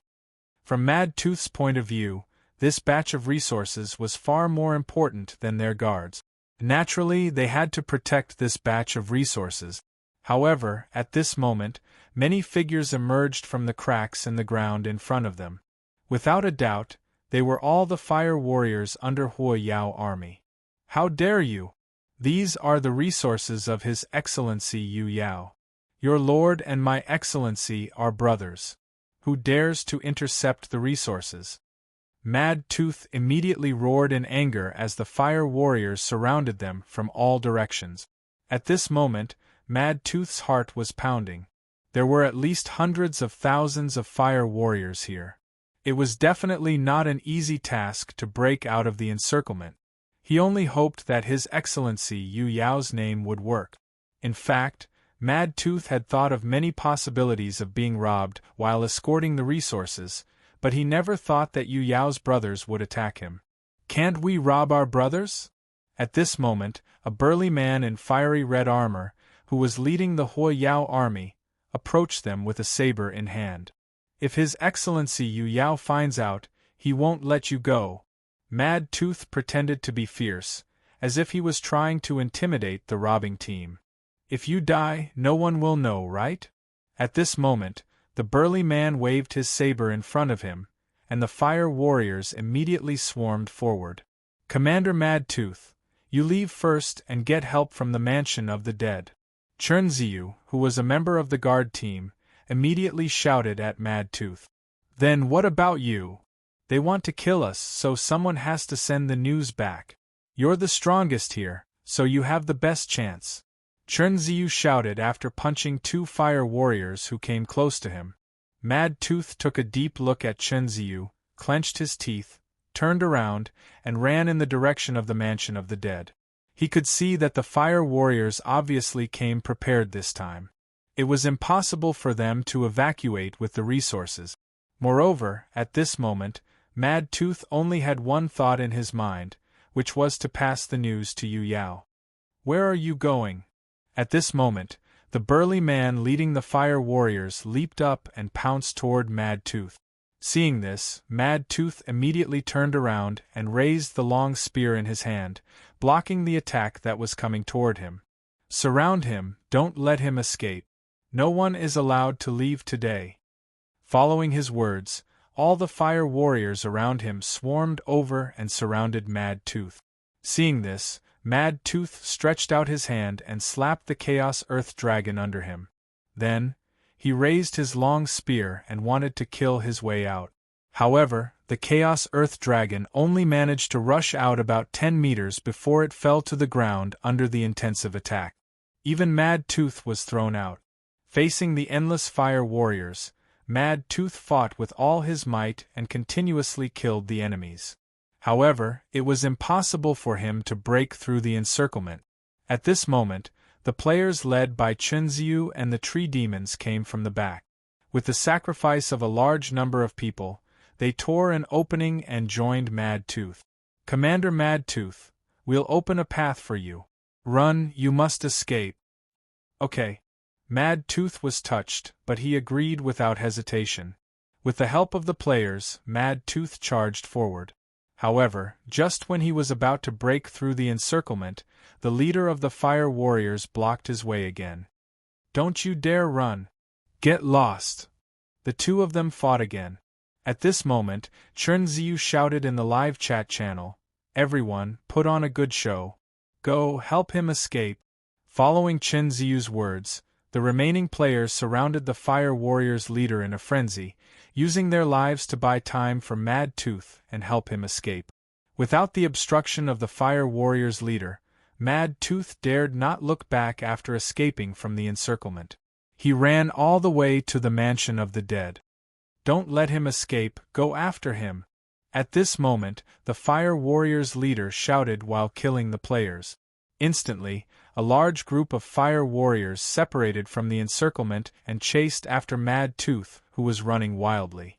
Seeing this, Mad Tooth ran even faster. This was because he knew that if he was surrounded again, he would not be able to return alive.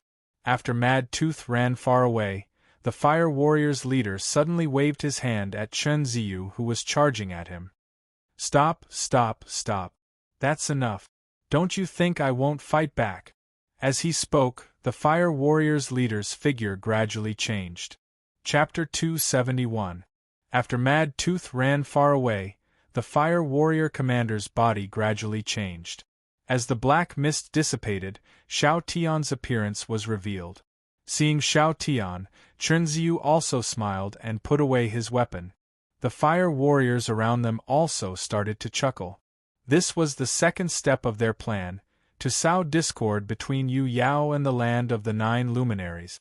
After Yu Yao officially became His Excellency, the players originally wanted to use the mimic card from the reputation shop to indirectly create conflict between Beiki and the 9 luminaries.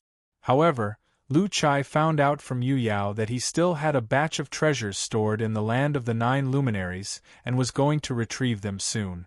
This undoubtedly gave the players a new goal, so Yin Xiaoqi immediately changed the script. In order to plunder this batch of resources, the players made many preparations. First, they deliberately befriended the commanders of Yu Yao's army and got a new piece of information from them. In the land of the 9 luminaries, Yu Yao's brother who had the worst relationship with Yu Yao was his 8th brother. This piece of information was crucial. Since the players wanted to sow discord, they naturally had to choose someone that Yu Yao felt was most likely to plunder his resources. After that, Yin Xiaoqi also considered that Yu Yao's existence was always an unstable factor. She was afraid that something would go wrong during the plunder, so she asked Lu Chai to trick Yu Yao into going to the underworld sea to negotiate with the Sea King. After all the preparations were in place, the players' plan began to work. From the moment the escort team set off to the 9 luminaries to retrieve the resources, the situation of the team was updated in real time by the players in the forum. Regardless of the escort team's coordinates or personnel distribution, everything was transparent in their eyes. Since Yu Yao was not around, the players, who had a huge advantage, could plunder this batch of resources effortlessly. The most important part of this plan was to let go of someone that Yu Yao could trust. This was the key to creating conflict. Therefore, Chen Ziyu and the others pretended to rescue Mad Tooth with their lives just to light this fuse. Asking Xiao Tian to come out was also to put on a better show. After all, it was impossible for an army of hundreds of thousands to not have a ghost general-level commander. Yu Yao had never known about Xiao Tian's existence, so he could carry out this mission. At this moment, the players who used the mimic card to transform into the fire warriors all looked at the supply vehicles. Take them all away. These things can't be left behind, including the car. At Wu Gui's command, the surrounding players swiftly unloaded the goods and threw them into the space. After everything was settled, Wu Gui called for the players to head toward the barren grassland in the regional channel. This was because their mission was not over yet. There was still a crucial step that had not been taken. Kuelong Ocean, Xian Mo Island, Mu Te Sea Nation's main hall.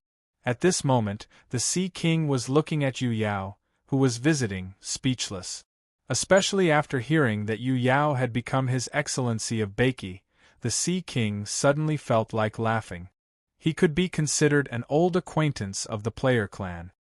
He would believe that the Rock Ghost King, the Hydra King, and other forces of Beiki would pledge their loyalty to him, but he would never believe that the player clan would pledge their loyalty to him. After all, what were the player clans? They were a race of lunatics.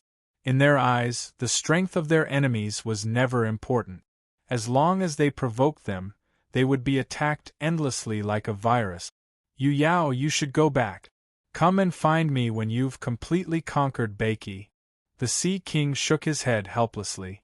At this moment, the Sea King's strength was close to the peak of the Ghost Emperor after obtaining the power of death.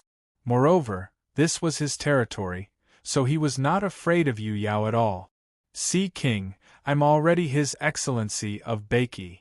Seeing that the Sea King did not seem to believe him, Yu Yao took out the Yin Talisman of Beiki as proof.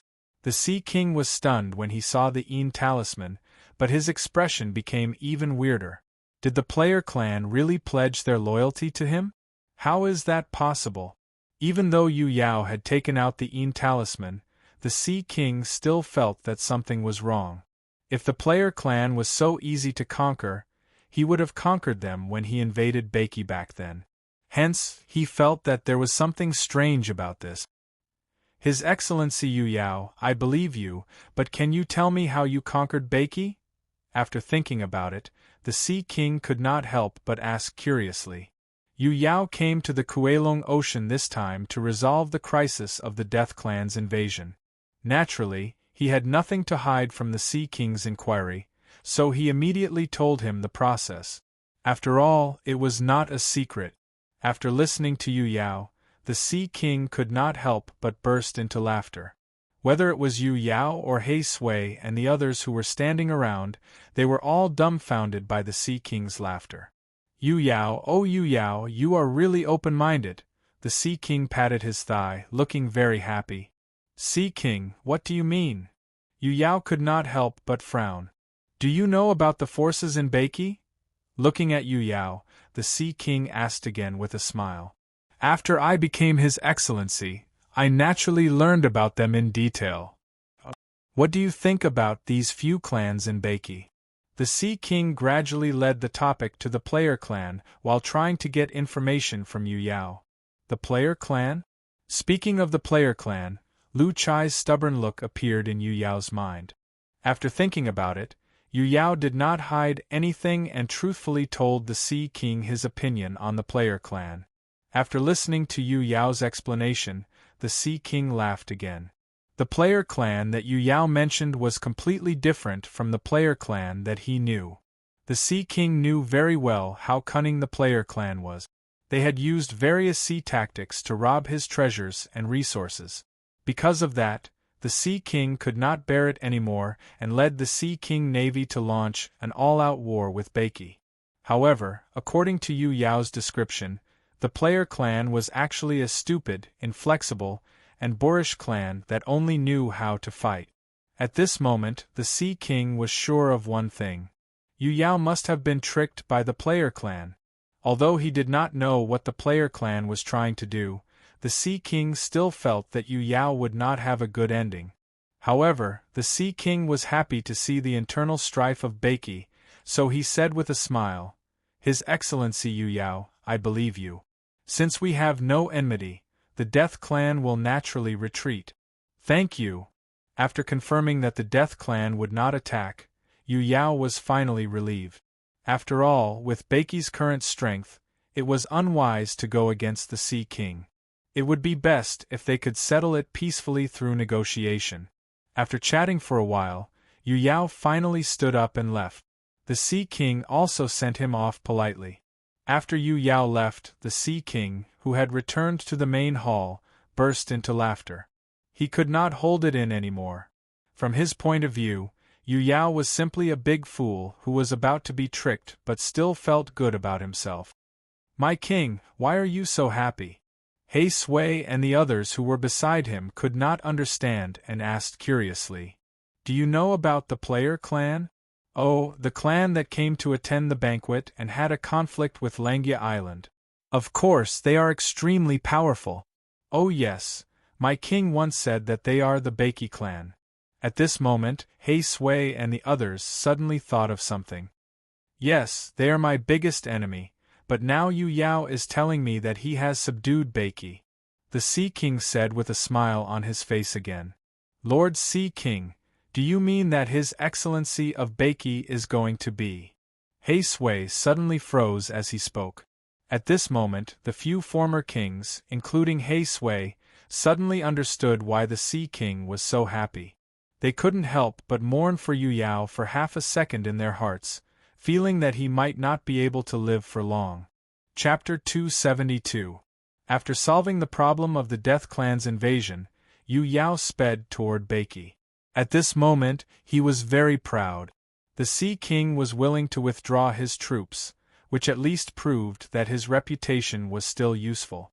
After entering the boundary of Beiki, he quickly flew toward the mansion of the dead to see if his treasures had arrived. However, when he arrived above the mansion of the dead, he suddenly found that it was chaotic below. A large number of people were gathering as if they were going to war. This made Yu Yao's heart skip a beat. He immediately headed toward the palace of the mansion of the dead. Yu Yao's appearance immediately attracted the attention of the leaders of the forces in Beiki. Mad Tooth even took a step forward and kneeled in front of Yu Yao. "My king, our treasures have been robbed." Looking at Mad Tooth who was crying, Yu Yao's heart skipped a beat. "What? Robbed?" Under the protection of the various factions, especially the player clan, only one of my subordinates managed to return alive. The rest of the escorts were annihilated. "Your Majesty, you must avenge them."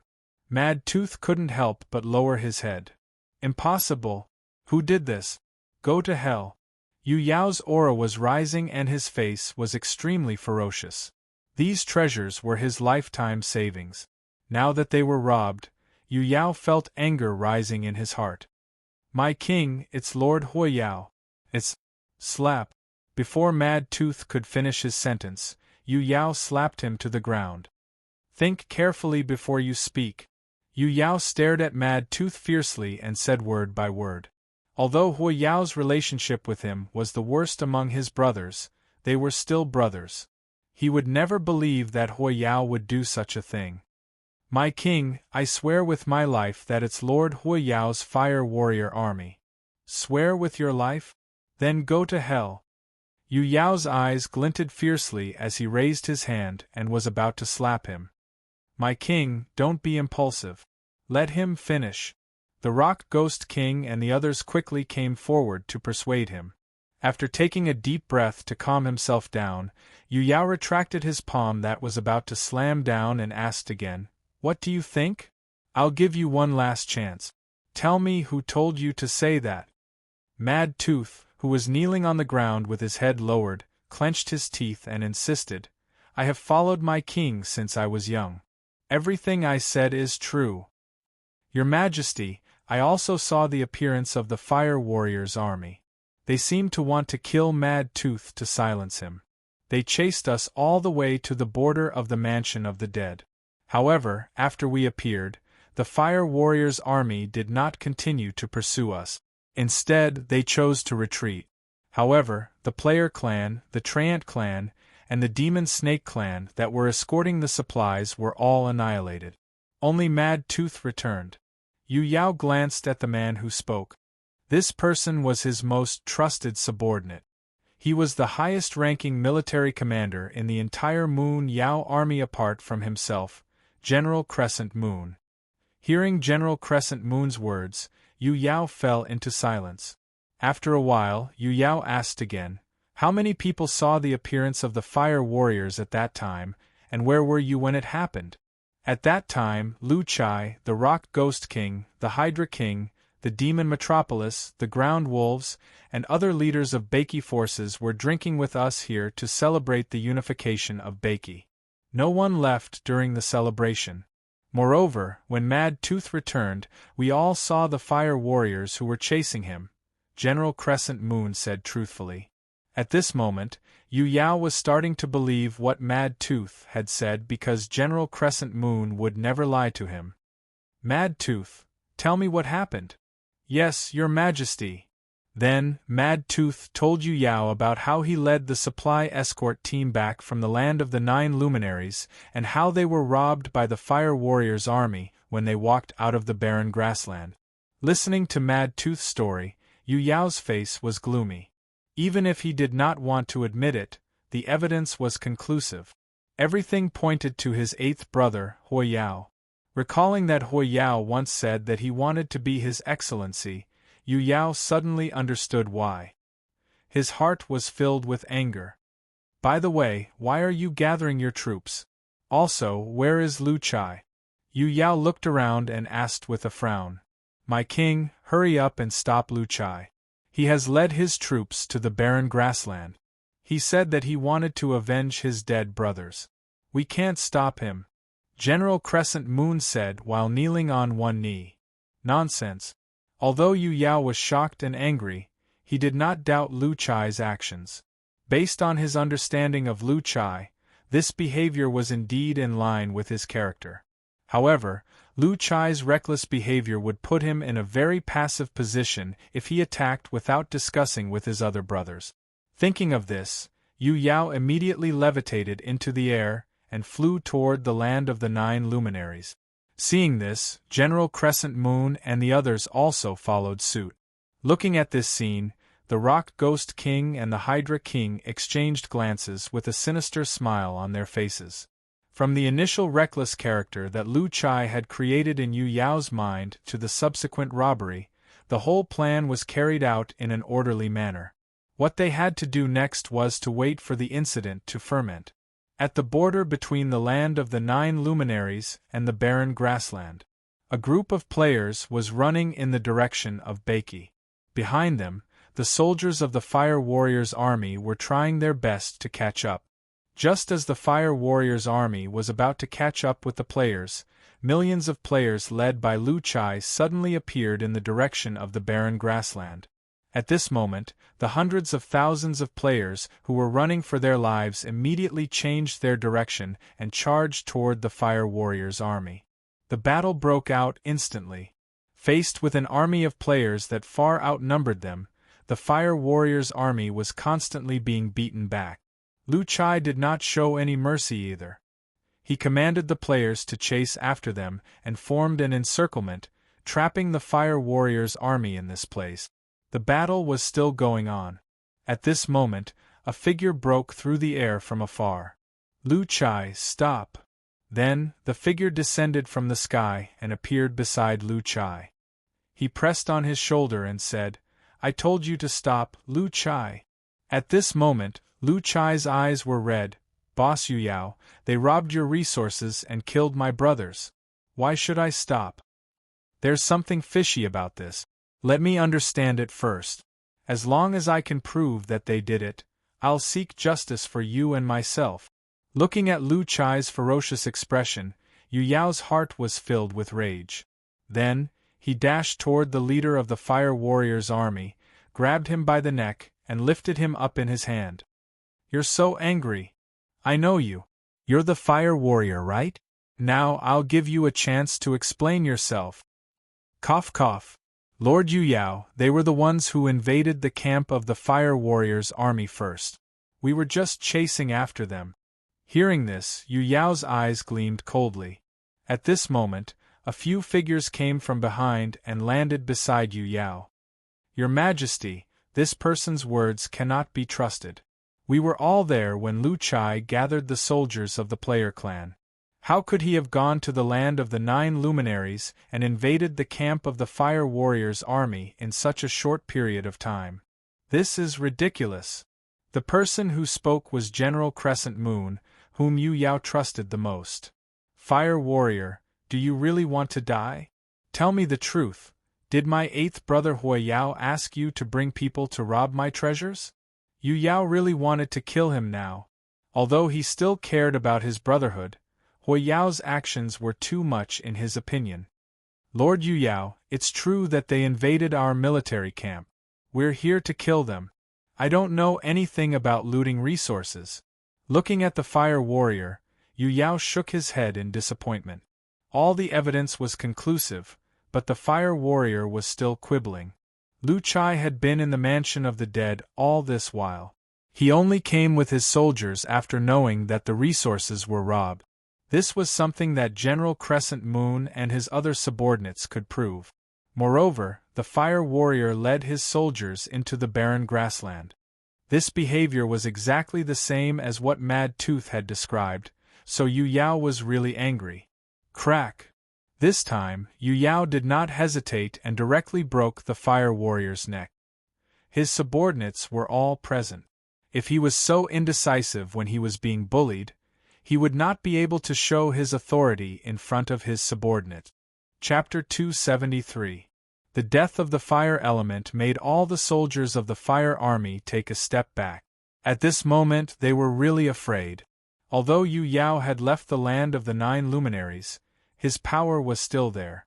They did not dare to resist at all. You, come out! Yu Yao pointed at a ghost general of the fire army. Lord Yu Yao, we really came here to kill you. We don't even know what the treasure is. The soldier who was pointed at said in horror. Puff! Yu Yao did not waste any time. He waved his hand and a ray of light cut off the soldier's head. You! Come out! Following Yu Yao's finger, the ghost generals stood up one by one. Unsurprisingly, their answers did not satisfy Yu Yao and they were all executed. Very well. You are very loyal. I will look for 8th brother personally and demand an explanation from him. After that, Yu Yao turned around and faced the leaders of the forces of Beiki. Follow me to the camp of the fire army in the land of the 9 luminaries. Then, Yu Yao looked at Lu Chai, who was still angry. Lu Chai, since you are loyal to me and your people died to cover Mad Tooth's escape, I will give you an explanation. Don't worry. Boss Yu Yao, let's go to the camp of the fire army now. As long as we find the treasure, let's see how they explain themselves. Lu Chai roared angrily. Alright, let's go. Following Yu Yao's words, the army set off toward the land of the 9 luminaries. At this moment, Yu Yao was full of anger. Although he did not have a good relationship with Hui Yao, they were still brothers. No matter what, they shared the same bloodline. However, Hui Yao's behavior was intolerable. Hui Yao did not treat him as a brother at all. He had just become His Excellency of Beiki, and it was time for him to consolidate his position. If he could not handle this matter properly, How could he convince the people? He might as well quit his position as His Excellency. At the camp of the Fire Army. When Yu Yao arrived with millions of players, the Fire Army was alerted. They quickly gathered, thinking that it was an invasion. However, after noticing Yu Yao, the fire warriors were stunned. Huo Yao! Following Yu Yao's roar, a huge sound wave swept forward and resonated above the military camp.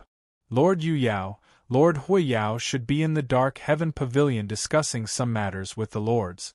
He's not in the military camp. Huolang the Ghost King, who was in charge of managing the military camp, quickly cupped his fists and said to Yu Yao, Huolang, tell me the truth. Have you plundered my supplies? Or are my treasures in your camp storehouse? Huolang's heart skipped a beat when he heard that. Lord Yu Yao, how is that possible? How would we dare to do that?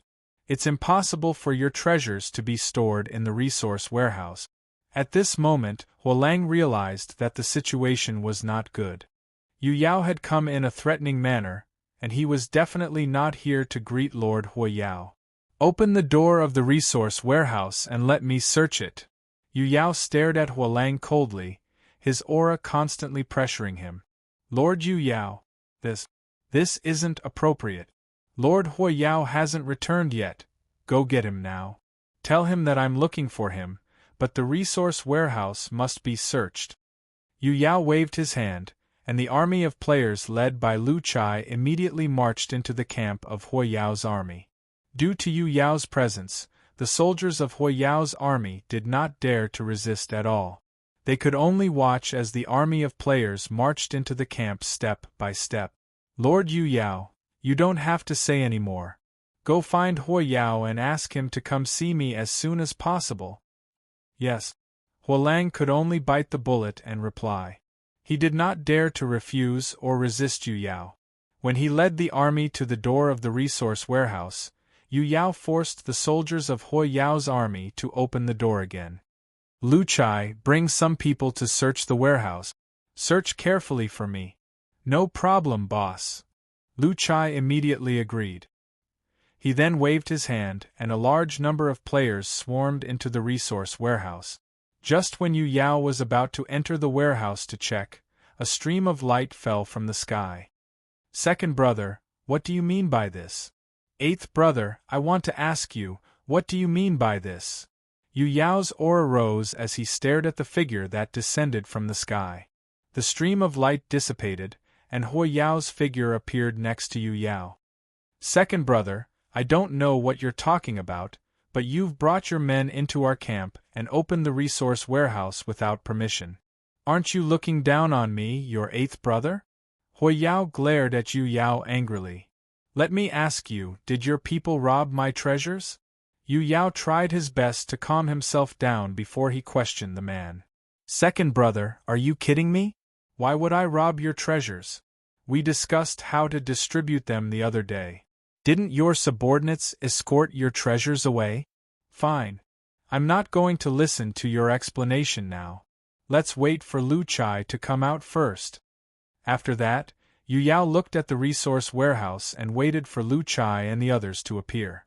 Faced with the aggressive Yu Yao, Huo Yao suddenly realized that something was wrong. He knew his second brother Yu Yao's character.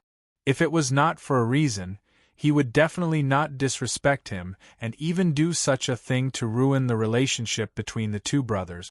This gave him a bad feeling, as if he had missed out on something. At the same time, Lu Chai and the others went deeper into the resource warehouse.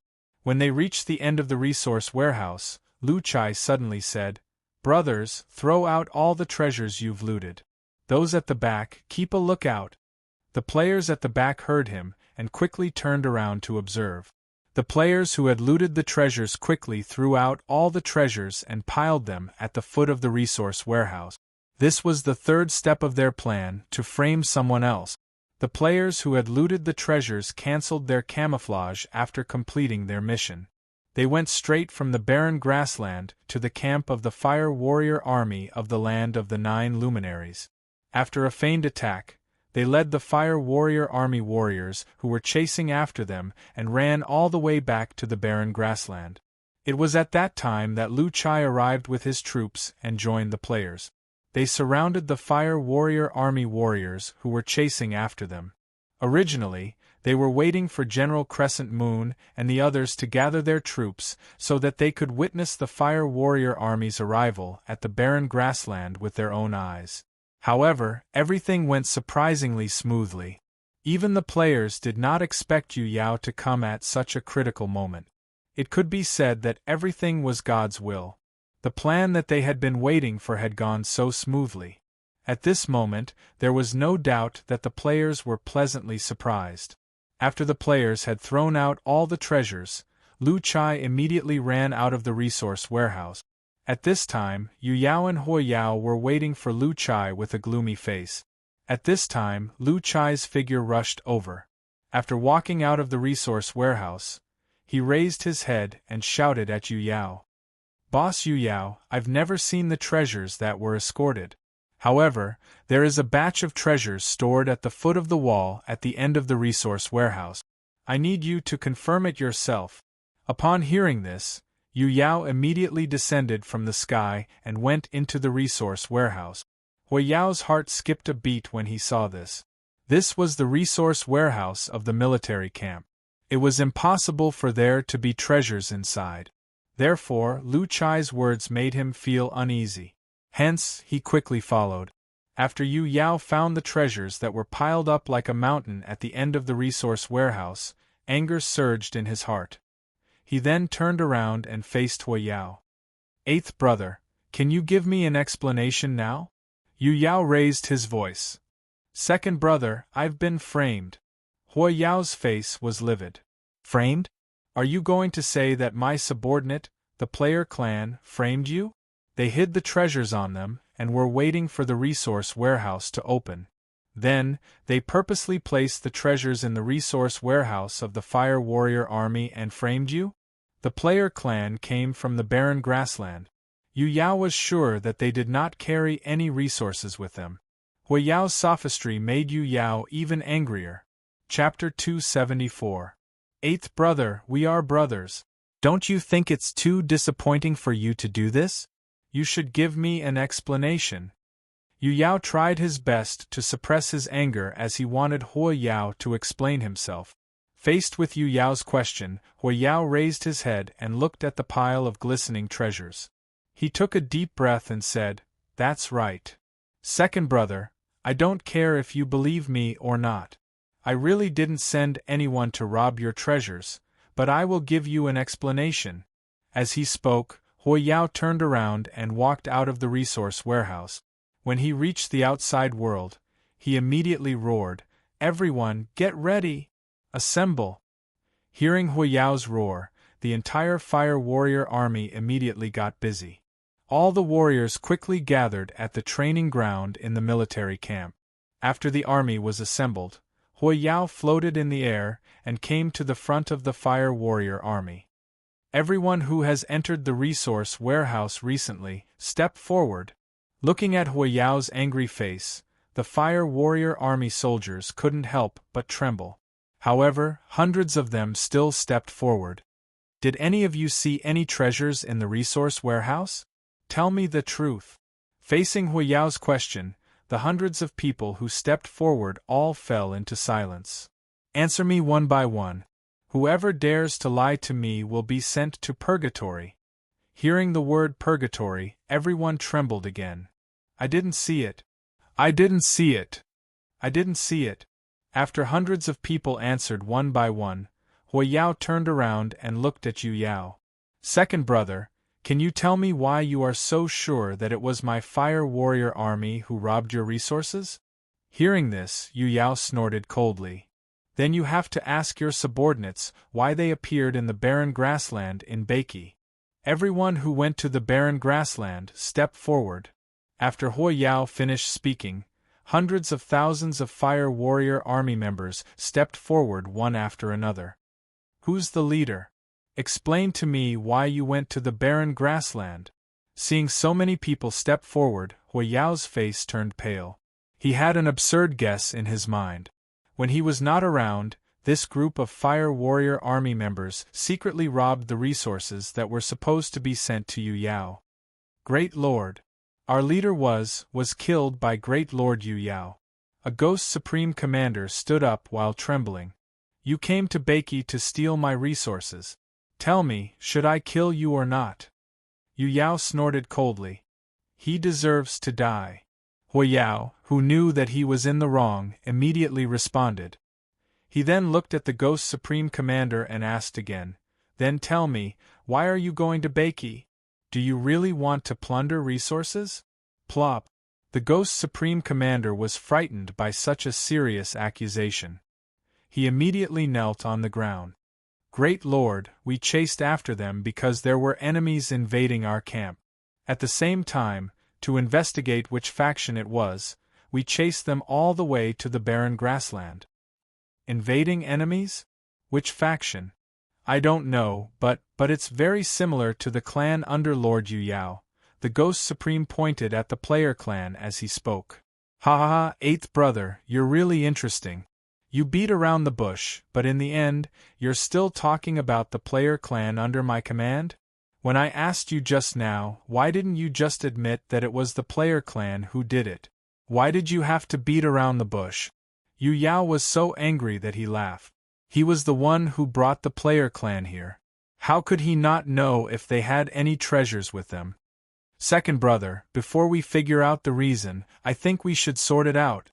If it was really my subordinates who plundered the resources, I won't let any of them go. Consider it as an explanation to you. Hundreds of thousands of people? Not a single one? You're so cruel.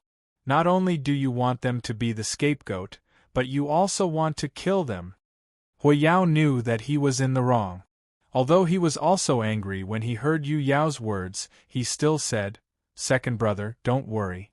Let me sort things out first. All right, I'll wait for you. After calming Yu Yao down, Hui Yao asked again, Did the enemies invade the camp? They didn't invade the camp. They were just harassing us outside, so we went after them. Is the leader of the resource warehouse here? Hui Yao shouted again. I'm here. The 5 leaders of the resource warehouse walked out. Did any outsiders enter the resource warehouse today? Great Lord, the resource warehouse is closed today. No one has entered. The last person who entered was yesterday. Hui Yao's face darkened when he heard that. All of this sounded a little unbelievable. Even he had a feeling that his subordinates were the ones who plundered the resources. First of all, the resources were robbed today. However, the resource warehouse in the Fire Army camp was not open today. Could it be that these resources were born out of thin air? At this moment, the player clan who had just entered the resource warehouse was undoubtedly the biggest suspect. However, Hui Yao immediately denied this speculation. If the player clan entered the resource warehouse and wanted to put the treasures into it without anyone knowing, they would have to have a large number of space storage treasures. However, even he did not have such treasures. Even his eldest brother only had a small storage ring with a space of 30 cubic meters. How could the player clan, Yu Yao's subordinates, have one? Moreover, they would have to have a few to store all the treasures. Hui Yao immediately overruled this speculation. However, the problem was that since the player clan did not have any space storage treasures, and the resource warehouse in the camp was not open today, how did the treasures get in? After sorting out the thoughts in his mind, Hui Yao suddenly thought of a possibility. Could it be that his subordinates colluded with each other to rob his second brother's treasures? Then, they covered up the matter? However, based on Hui Yao's understanding of his subordinates and guards, he did not think that they would have the guts to do such a thing. This seemed to be a dead end, and the problem became more and more confusing. Even Hui Yao could not figure out the reason. Yu Yao had the same thought as Hui Yao. However, the two of them were from different perspectives. Yu Yao learned everything from his guards, and he personally led the player clan to the Fire Army camp. Therefore, he came to the opposite conclusion. He felt that Hui Yao was deliberately covering up the truth, and his subordinates dared not admit it due to the pressure. Eighth brother, have you thought about it? How are you going to explain this to me? Second brother, I think there must be a third force that is framing me and trying to sow discord between us. I think this third force must have some kind of treasure that is similar to the big space. After robbing second brother's treasure, they have sneaked into our resource warehouse. Hui Yao gave his own speculation in response to Yu Yao's question. Ha ha ha, eighth brother, why didn't I know that you are so eloquent? It's obvious that your subordinates are lying, and you are the mastermind of this incident. Space storage treasure? In our underworld, apart from the deities, who else can master the law of space and forge such a treasure? Could it be that a Een god is trying to sow discord between us? If it's really a Een god, why would he need so much effort to kill us? Second brother, say no more. I'll take these treasures with me. You and I will go to Big Brother's place and let him handle this matter. After Yu Yao finished speaking, he turned to Lu Chai and said, Send the treasures back, I'll go back later. Big Brother Yu Yao, you have to fight back. Lu Chai said discontentedly. Don't worry, I've said that I'll give you an explanation, and I will. Land of the Nine Luminaries, Dark Heaven Pavilion. This time, the 9 brothers gathered together, but none of them looked good. After listening to Yu Yao's description and Hui Yao's speculation, all of them thought that Hui Yao was lying. However, based on their understanding of Hui Yao, this 8th brother of theirs was a little hot-tempered, but he would never do anything that would damage the relationship between them. 8th brother, I think what you said is a little unbelievable. We are all brothers. If you did something wrong, just admit it and apologize to second brother. We will still be brothers. But what you said. 5th brother Jin Yao spoke up at this moment. 5th brother, even you think that I did it. Hui Yao stood up suddenly, unable to hide the anger on his face. If it's not you, then is it really the Een god who did it? Yu Yao glanced at him coldly. Second brother, don't be so aggressive. I didn't do it, I didn't do it. What do you mean? How can you be so righteous after doing something wrong? Don't you have any respect for me? Yu Yao stood up suddenly. Suddenly, the atmosphere became heavy, and the two of them were ready to fight at any time. Enough. Don't forget that you are brothers. Xing Yao slammed the table and said, Big brother, I see him as a brother, but 8th brother doesn't think so. All right, I understand this matter. 8th brother, I'm asking you now, did you do it or not? Tell me the truth, we are all brothers. Even if you did it, just admit it. We won't blame you. Just think of it as you were blinded by greed. Just change it. Big brother, I said I didn't do it, I didn't do it.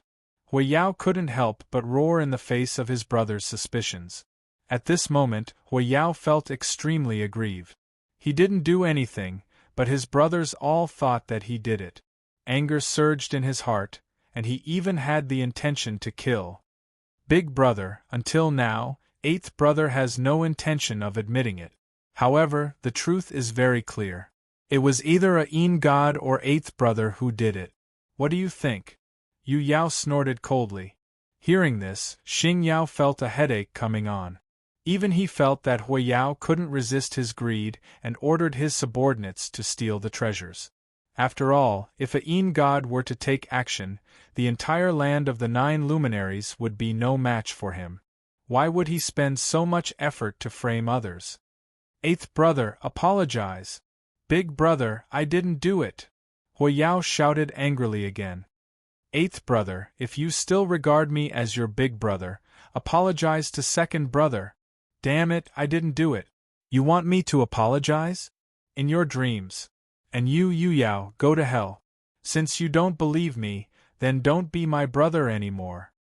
At this moment, Hui Yao completely exploded. He felt extremely wronged, but now he had to bear this grievance and apologize. How could he tolerate this?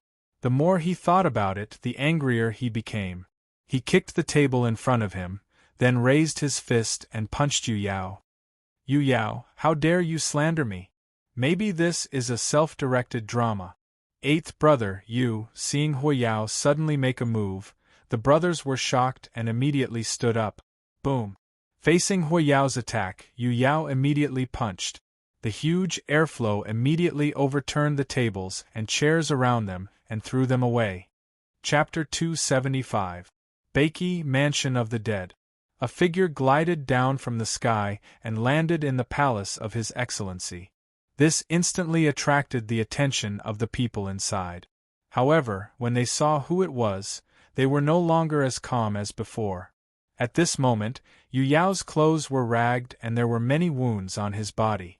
There was even blood at the corner of his mouth. He looked very weak. "My king, what happened?" General Crescent Moon saw this and quickly went forward to support Yu Yao. Yu Yao's face turned ferocious when he heard this. Just now, he had fallen out with his brother, Hu Yao, and a fight broke out.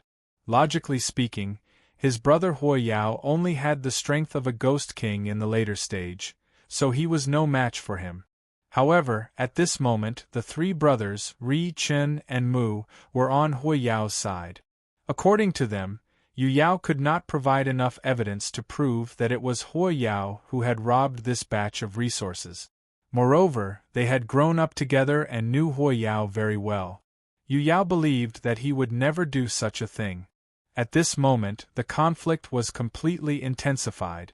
Yu Yao was fighting against 4 people alone. The rest of his brothers, including His Excellency Xing Yao, were only trying to stop the fight but did not help Yu Yao. At this moment, Yu Yao understood one thing. However, after he left the land of the 9 luminaries, there was already a gap between him and his brothers. Although they were still close, they still had to consider their own interests. Hence, Jin Yao and the others did not help him from the beginning. The 8 of them were still a whole, but he was His Excellency of Baiki. They were no longer a family. At this moment, Yu Yao was a little disheartened and angry. He did not hold back in his subsequent attacks. Even though he was fighting against 4 people alone, he did not fall into a disadvantageous position and even had an absolute advantage. Faced with this situation, something unexpected happened. His elder brother Xing Yao actually gave up on blocking the energy attacks from both sides and helped Hu Yao and the others to defend against his attack. Although Xing Yao was still shouting words like "stop" and "stop," he was on Hu Yao's side. Since his elder brother had made his choice, the others who were originally hesitant naturally followed suit. In fact, Xing Yao was still trying to stop the fight. However, he was only defending his own attacks and not the attacks from Hu Yao and the others. Everything seemed to be biased. Hence, he was defeated, completely defeated. Because they were brothers, Xing Yao did not kill him. He only sighed and told him to leave. From Yu Yao's point of view, Hu Yao was the culprit. It was his greed that caused the rift between the brothers. However, the other 7 brothers stood on Hu Yao's side in the end. He couldn't stand the humiliation and returned with serious injuries. Yet, he was already plotting revenge. He wanted Hu Yao dead. In the face of General Crescent Moon's inquiry, Yu Yao's face darkened. "We'll talk about this later. I need to rest." As he spoke, he turned around and entered his own room in the palace. The people outside looked at each other. General Crescent Moon's face was full of worry and anxiety, while the leaders of the other factions were very calm. No one was happier than Lu Chai. This was because he had just analyzed Yu Yao's panel and discovered his current status. Yu Yao, late Ghost Emperor. Character details. Former Lord of the Land of the 9 Luminaries. Later, he went to Baiki under the discussion of his brothers and took over the position of His Excellency of Baiki. Character status. Heavily injured, getting worse. In fact, even Lu Chai did not expect Yu Yao to return with severe injuries. Initially, provoking the relationship between the brothers was only the beginning of the plan. Later on, they would continue to create conflicts to intensify the conflict. However, it was obvious that things had gone beyond their expectations. Hence, Lu Chai quickly sent Yu Yao's information to the forum. Crayon_Shinchan. Damn, we've deviated from the plan. Wasn't Hu Yao supposed to be injured? Why did it become our boss Yu Yao instead? Calling the director, Let's see what we can do. Laughing emoji, watermelon_taro. The plot has deviated from the right track. Calling the director at In Xiaoqi is a mature lady. Surely_the_strongest. Boss Yu Yao is actually injured. I seem to have found an injured little yellow chick screaming that it wants to turn into soul coins and experience points. Laughing emoji, invincible_loneliness. Why don't we kill him? This is a great opportunity. Peppa_bore. It's indeed an opportunity. I originally wanted to create a conflict between the 9 brothers, but now it's obvious that Boss Yu Yao is being rejected by the other 8 brothers. The script is ruined. Laughing emoji, assassin_creed. Where's the director? Come out and arrange a new plot. Laughing emoji. In Xiaoqi is a mature lady. There's nothing to play with. Obviously, the brothers are biased towards Yu Yao because he was separated from the family. Now Yu Yao's original value is gone. Helpless sigh. Crayon_Shinchan replied to In Xiaoqi is a mature lady. What should we do, director? Laughing emoji. In Xiaoqi is a mature lady replied to Crayon_Shinchan. I suggest we kill him. Sincere look. The reason why the players allowed Yu Yao to take over the position so easily was because they wanted to make use of the relationship between him and his brothers to create a conflict within the land of the 9 luminaries. However, it was obvious that this key chess piece had lost its purpose. Meanwhile, director In Xiaoqi had also given a solution. At this moment, the players' mentality had changed. Soon, a large number of players gathered in the direction of His Excellency. The players' idea was simple. Take advantage of his weakness and kill him. Although General Crescent Moon noticed the players' unusual behavior, he thought that they were just curious and didn't think too much about it. After all, Lu Chai had pledged his soul to him, and they were in the same boat. It was impossible for them to betray him. Just when General Crescent Moon was observing the unusual behavior of the players, Lu Chai and the others opened the door of Yu Yao's room and walked in. Their appearance immediately alerted Yu Yao. While he was healing himself, he immediately opened his eyes. What are you doing here? Boss Yu Yao, who did this to you? We'll talk after I've healed myself. Get out of here first.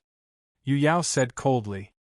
I'll bring my men to the 9 luminaries to avenge you. Lu Chai suddenly turned around angrily. Seeing this, Yu Yao was anxious. He knew Lu Chai's character very well.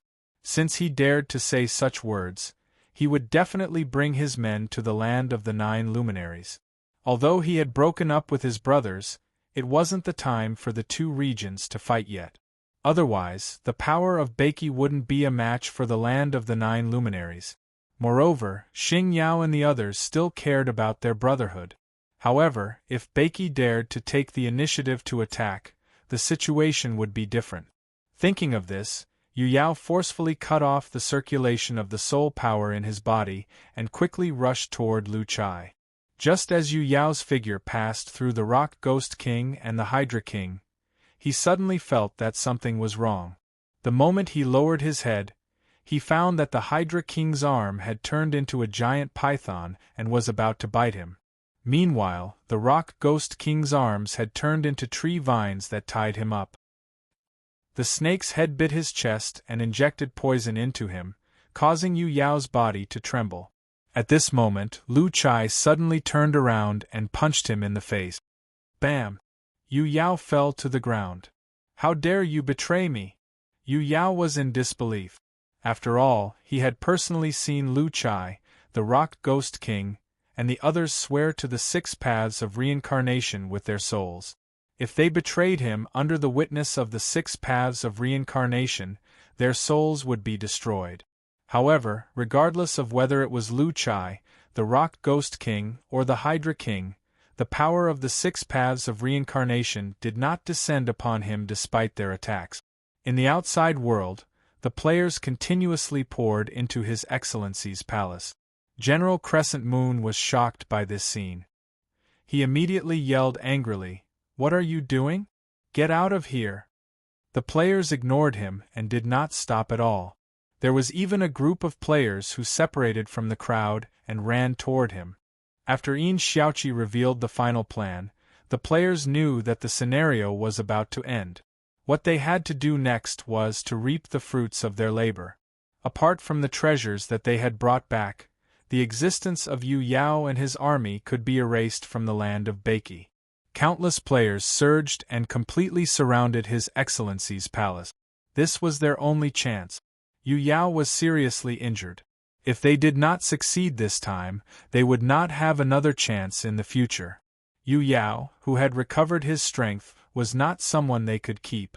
A large number of players swarmed in and attacked General Crescent Moon and the soldiers of Yu Yao's army. The sudden attack caught General Crescent Moon off guard.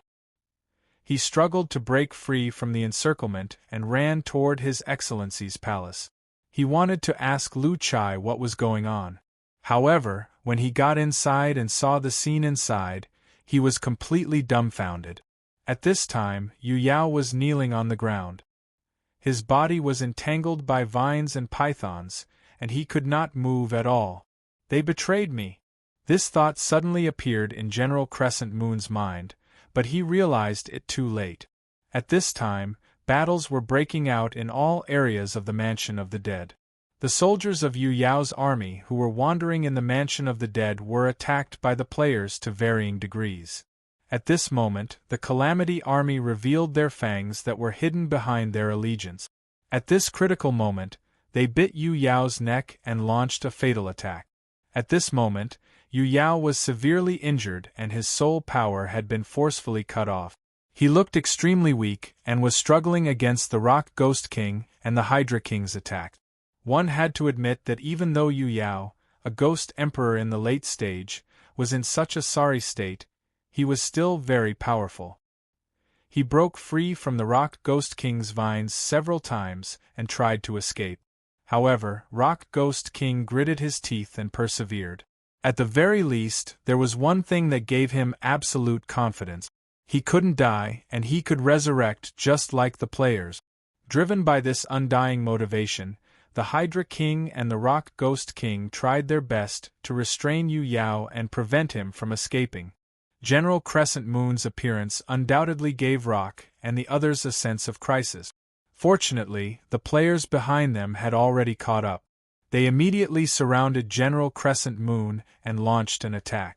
The 2,300,000 soldiers of the Yu Yao army would have to face the siege of the entire Beiki force, which was more than 10 times their number.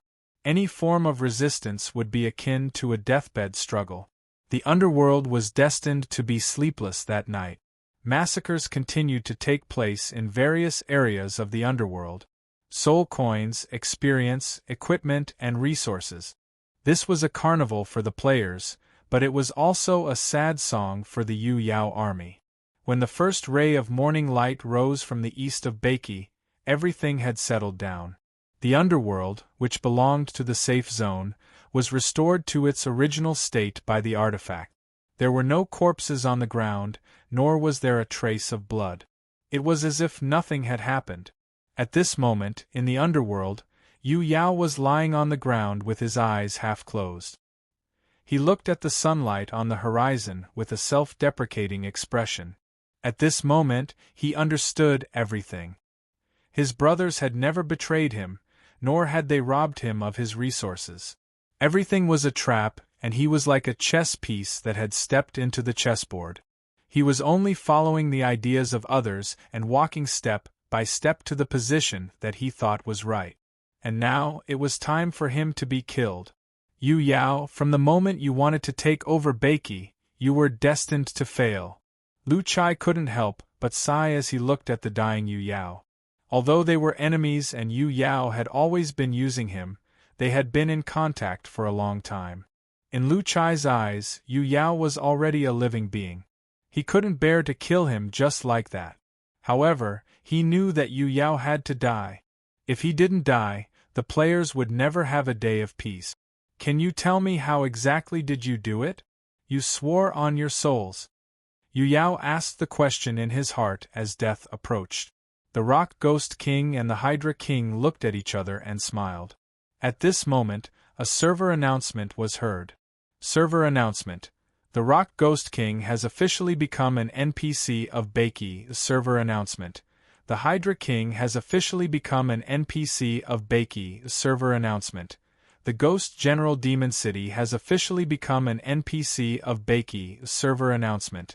The Ghost General Earthwolf has officially become an NPC of Bakey. Upon hearing the server announcement, Lu Chai turned his head and looked at the Rock Ghost King and the others in surprise. How did you do it?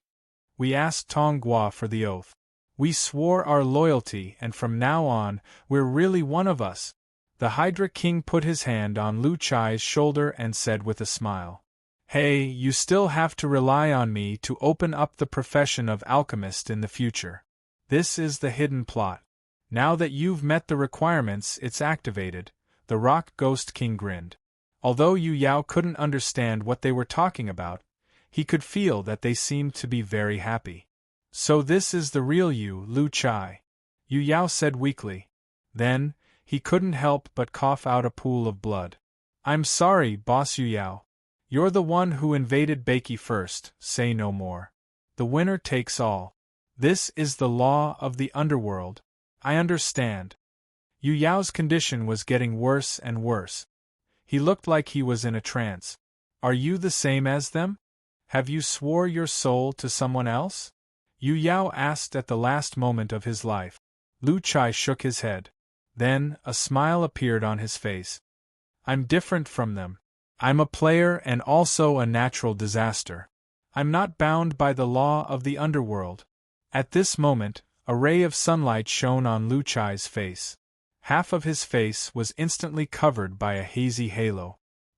He stared at Yu Yao, who was lying on the ground in a daze. Chapter 276. Apparently, Dr. Hire was a gaming fanatic. The virtual interface was filled with game icons and a few unexplainable special game software. Emily ignored Hire's words and put on the virtual helmet. The interface appeared immediately. Give me the virtual reality helmet, Emily said at that moment. She quickened her pace and started running. Don't worry, I won't say anything, the male doctor promised again. She was an assassin, so she was very vigilant. If she played games now, her own safety would no longer be in her hands. Besides, she did not trust the man in front of her, so she rejected the request. Your leg was just treated. Don't exert too much force, or the wound will open again. A silent stalemate. They've already left. Hire looked helpless. Because he was an assassin. She could vaguely hear the pitter-patter of raindrops hitting the glass. The man below was her teacher, a former ace assassin who had retired early and was now living a stable life. He was also the one who taught Emily all kinds of killing techniques, allowing her to grow to where she was now. Emily nodded and leaned weakly on the door frame. This scene seemed familiar. The grief and despair in her heart was just like the time she left her brother 5 years ago. He aimed at Emily again. Just as he was about to pull the trigger, a bullet appeared in the scope and zoomed in quickly. Then, everything fell into darkness.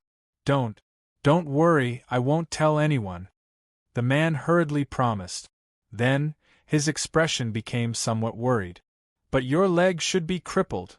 At that moment, she wanted so badly to ask the driver to stop, and she wanted to bang on the window to attract her brother's attention. She wanted to jump out of the car and run to him. No need, Emily replied coldly. Okay. Hearing the answer, Hire smiled. Then, he picked up the virtual helmet on the table and passed it to Emily. After doing all that, she quickly got up and climbed down the protruding wall outside the tower with the cello case on her back. The sound of the bullet colliding with metal woke up the surrounding streetlights. After advancing for about 100 meters, Emily suddenly stopped. Due to the excessive blood loss from the wound on her calf, her stamina was declining rapidly, and she could not continue running. After killing the assassin, Black Lily tore her clothes and quickly bandaged her bleeding calf. Then, she got up and ran forward with gritted teeth. Was this a coincidence? After this job, Emily got another month off, but she was very confused. His figure quickly disappeared into the darkness. Bang. You're welcome. My name is High Air. What's your name? High Air grinned and raised his right hand. She glanced at her calf that was oozing blood. Although there was a risk of being exposed, she couldn't care less. She immediately dragged her injured right leg toward the clinic. In fact, he didn't know why he took care of Emily so much. If he had to find a reason, it would be because she was too beautiful. This is a gunshot wound. Emily hung up the phone before the person on the other end could finish his sentence. She then picked up the kiss of the black lily, placed it on the ground, and quickly dismantled it. Bang! The gunshot rang out again, but this time, it wasn't aimed at Emily. Instead, it was aimed at the pillar under the streetlight. One was in the open while the other was in the dark, but Emily still killed the assassin with ease. This was her skill, and also the reason why she was known as the unsurpassable sniper god in the assassin world, Black Lily. After closing the door again, High Air quickly returned to the inner room and found Emily hiding behind the door with a dagger in her hand. Dr. High Air, did you hear a gunshot just now? Or did you see a stranger? Thank you. Emily let out a sigh of relief. What? Gunshot? Did something happen? High Air's face showed some surprise. America, NYC. After half an hour of bandaging, the man finally finished bandaging Emily's leg. Emily immediately got up and prepared to leave. However, she had no other choice. This was her mission. After 3 rings, the phone was picked up, but there was no sound. Black Lily, well done. As she knocked, the door opened. A man with blue curly hair and glasses appeared in front of her. Bang. Is it painful? Do you need to play games? There's a good game out now. You won't feel any pain when you're in the game. Taking a deep breath, Emily was about to move forward when she suddenly noticed a clinic sign hanging on the building 10 meters away. A gunshot was heard, and Emily leaped forward without hesitation. She did not know where to go, nor did she know what her future would be like. Thus, she pressed the icon for Battle Online. Knowing that there was an assassin in the dark, Emily decisively placed the cello case in front of her and hid behind it. There are many police officers outside searching everywhere. I think you'll have to stay here tonight. It was raining that day as well. They were at the bus stop separately. As time passed, when the streetlights dimmed because of the silence, Emily knew that her chance had come. Are you hurt? The man looked at Emily. While he was shocked by her stunning beauty, he also noticed her right leg that was still bleeding. Because she was an assassin, it was dangerous to stay here, and she had left her sniper rifle outside. She had to leave as soon as possible. Emily took out her phone from her pocket and tossed it into the sewer beside her. Bang! The bullet spun out of the barrel and accurately hit the forehead of the man below, causing a mist of blood to splatter out. She determined the assassin's location from the direction of the bullet. Her action instantly made the assassin lose his target. Emily's eyes revealed a trace of sadness when she saw the man. She earnestly hoped that he would not come any closer. Just as she was about to open the door, a police siren was heard outside the house. However, Emily ignored it. She slowly moved to the sofa outside the house and sat down.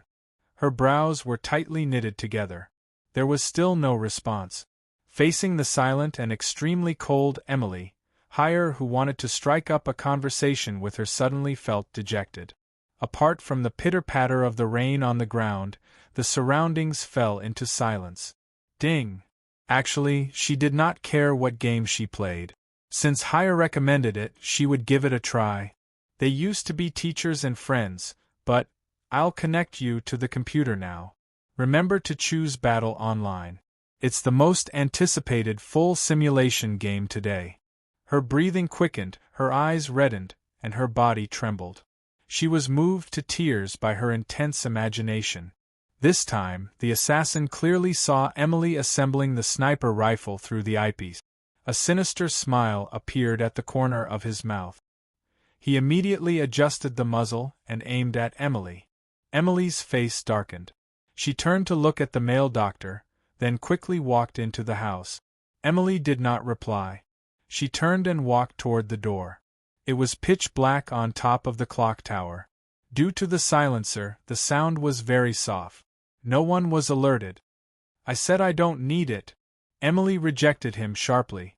Hire, who was slightly embarrassed, quickly followed her out. He looked at Emily and spoke again. It's going to hurt. Do you want to play some games? The man pointed at the virtual reality helmet on the table. At this moment, her phone rang. I think you should play some games. There's a hole the size of an egg on your leg. You need to fill it up, I know. I'll leave after treating the wound and stopping the bleeding. Yes, it was this natural ability that was programmed at birth. It could be said that the sniper god, Black Lily, had embarked on the path of becoming a god of hunting. She wanted to tear apart all the barriers between them. She knew that this assassination was premeditated. Only the organization knew about her assassination and her escape route. The assassin, who was still in shock, suddenly thought of the many legendary assassination stories about the woman known as Black Lily. After Emily entered the house, the male doctor quickly came to the door and pressed the cleaning button on the wall. The assassin was shocked when he saw this. The shot was very accurate. Fortunately, Emily's reaction was fast enough to avoid a fatal wound. However, her calf was hit, leaving a wound the size of a goose egg. Actually, with her skills, she did not need to aim at all. However, this was her last farewell to her mentor. In the light of the fire, the colorful tattoo that looked like a venomous snake could be vaguely seen on her exposed arm. Mission complete. Target killed. There was no turning back after this. She had chosen this path herself. There was no turning back. After looking through the scope at the man on the ground, Emily's lips trembled. She then took out her phone from her pocket and dialed a number. As she walked, she suddenly felt that something was wrong. Her sharp senses told her that someone was spying on her. She decisively opened the cello case from the side and quickly began to assemble her sniper rifle. But the truth was that she sat there quietly without moving, quietly brushing past her brother, watching him go further and further behind her, becoming more and more indistinct. Bang! A moment later, there was a knock on the door. The male doctor pretended to be calm and went to open the door, but in fact, his heart was pounding. Was she shot by someone after her like her mentor? Or was she captured because of a mistake during the mission?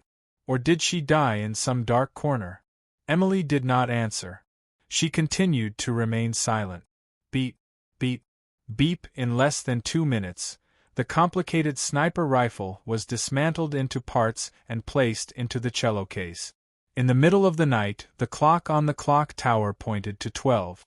The sound of the midnight bell echoed throughout the city. Gunshots rang out at the same time. 2 bullets collided in the air, shattering into metal fragments that scattered in all directions. Seeing this, the man hurriedly helped Emily into the house and closed the door. Opening the lid of the lighter, Emily lit the cigarette in her hand and took a deep puff. The door opened. A middle-aged man stood outside. He was slightly plump, but his expression was solemn. Emily's lips curled into a bitter smile, as if her future was forever linked to death. After glancing at the icon, Emily fixed her gaze on Battle Online. Immediately, the cleaning robot outside the house was activated and quickly cleaned up the bloodstains outside.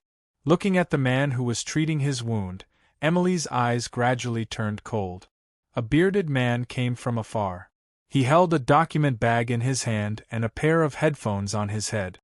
His footsteps seemed to be following the rhythm of the music. Sparks spread and thick smoke came out of his mouth. Her hands were trembling slightly. Footsteps came from the darkness. As the sound became clearer, a figure slowly appeared and the surrounding street lights gradually lit up. Emily lowered her head slowly and placed her cheek on the cold butt of the gun. She looked through the scope at the man below. "All right, everything is fine now. Have a good night," the police officer outside said immediately. He did not enter the house to check because there were still a few households that he had yet to ask. Bang, bang, bang. Chapter 277. After officially entering the game, An opening cinematic appeared in front of Emily. Looking down from the sky, she saw a scene of devastation as far as her eyes could see. There were abandoned buildings and rugged terrain everywhere. As the scene progressed, she saw ferocious beasts running wildly on the ground. Magma surged on the surface of the ground, and the howling black wind seemed to be baring its fangs and roaring at her. Countless creatures were fighting and plundering each other. The scenes in the scene gave Black Lily the illusion that the end of the world had come. At this moment, words appeared. There is no peace here, only endless killing. Only the strong can survive. Roar. A loud roar rang out, shattering the words that appeared in front of her. The ground in the scene suddenly cracked open, and an arm made of magma and rocks appeared, slapping toward the screen. The scene was too realistic, as if the arm was slapping herself. Black Lily broke out in cold sweat. The scene changed, and this time, Black Lily found herself on an interstellar battleship. As Black Lily scanned her surroundings, a virtual image popped up on the main control panel, and the head of a blonde woman appeared. "Sir Commander, below us is Hellstar, our former home. Back then, the nuclear war completely destroyed it, but now that we have mastered new technology to transform this home, it is time to go back. We must take it back from the hands of the monsters. What should I do?" Reaching out to touch the control panel, feeling the smooth and cold metal texture, Black Lily was filled with curiosity at this moment. She was also surprised to find that her numb right leg had regained feeling in the game. All of this was unbelievable to her. "I have prepared 3 mecha combat suits for you, please choose." As the voice of the virtual artificial intelligence fell, the hoverboard under Emily's feet slid, bringing her into the mecha cabin of the battleship. TCH. 3 mechas of different colors rose from the ground. The introduction of the mechas appeared. Lightsaber Mecha, 1-star difficulty. Mecha Introduction. Main melee mecha with lightsaber as its main weapon, laser dagger, and small caliber energy gun. Mecha characteristics. Melee combat, extremely high mobility mecha upgrade bias. Armor strength, lightsaber strength, rechargeable mecha, 3-star difficulty. Mecha Introduction. A long-range combat mecha that can flexibly use various types of rechargeable weapons. The mecha cabin is equipped with rechargeable ammunition storage and equipment storage. Mech characteristics. Short, medium and long-range attacks, poor mobility, wide variety of weapons. Mech upgrade preference. Ammo depot upgrade, weapon upgrade. Upgraded ammo depot can increase the damage and storage capacity of the bullets stored inside. Auxiliary mech, 1-star difficulty. Introduction. Battle support type mecha. Can create nanomecha repair spheres and control fields, gravity field, repulsive field, mecha repair field, and other battle support items. Equipped with lightsabers and small caliber energy guns. Mech characteristics. All-round development, able to engage in both close and long-range combat, mainly focused on combat support. Mecha upgrade inclination. Mecha strength, portable manufacturing factory. Commander, please select your mecha suit. The voice of the ship's AI rang out. Emily looked curiously at the 3 mecha suits in front of her. Her eyes kept scanning them, and soon, her gaze focused on a weapon on the back of the rechargeable mecha. The body of the gun, carved with silver patterns, shone with a dazzling metallic luster under the lights. The diamond-shaped sniper mirror focused back and forth as her pupils shrunk, and there were even black stripes on the barrel of the gun. Cold and murderous, Emily fell in love with this sci-fi weapon at first glance. Under Emily's gaze, the rechargeable mecha began to spin, allowing her to observe it more clearly. That's it. Emily made her decision. Have you decided? Commander, you can't change your choice. Yes. After Emily made her decision, the other 2 mecha automatically retracted into the mecha warehouse. The rechargeable mecha rose up, and the platform around it began to split apart. Robotic arms popped out and began to disassemble the mecha. Commander, please stand in the central loading area. We'll equip your mecha soon. After Emily stood in the designated position, the surrounding robotic arms began to move, slowly putting the mecha suit on her body. A new interface appeared in front of her. Please choose your initial mecha modification method. As you've chosen the rechargeable mecha, it's a long-range attack type with sufficient damage in the early stages. It's recommended to prioritize self-preservation. You can prioritize enhancing the mecha's mobility and strength, and then prioritize weapons and ammunition storage. Looking at the 50-point spiritual ore enhancement on the interface and the options below, Emily fell into deep thought. She had never played games, nor did she know how to play them. However, she was a sniper in real life, so enhancing her physical body was unnecessary to her. Thus, her gaze swept past the recommended enhancement methods such as power source and mecha enhancement, and focused on the option of weapon enhancement. Reaching out, the interface flashed, and the specific enhancements appeared. Dream Eater, Level 1 Growth Sniper Rifle. Weapon Introduction. Product of the Cosmic Race's technology, a long-range weapon that can devour spiritual ores to evolve. Initial effective range, 3800 m. Length, 1180 mm. Weight, 8 kg. Barrel, 628 mm. Equipped with a starry diamond-shaped sight, provides night vision. RRS rail. Ammunition capacity, 10 RDS. Weapon initial characteristic, bullet thermal energy enhancement, increases damage by 10%, weapon growth. Excellent fantasy killer, level 1 growth submachine gun. Desperate situation, level 1 growth pistol. The interface of a total of 3 weapons appeared. After some thought, Emily reached out and pressed the enhancement button on the back of the Dream Eater sniper rifle. Light flashed, and the Dream Eater rose to level 2. The body of the gun became even more gorgeous. Seeing the changes to the weapon, Emily was eager to try it out. She pressed the enhancement button again. "Sir Commander, are you sure you want to upgrade the weapon again? Hellstar is fraught with danger in its initial state." Emily ignored the AI's reminder and pressed the enhancement button again. At that moment, all she could see was the Dream Eater that had captivated her.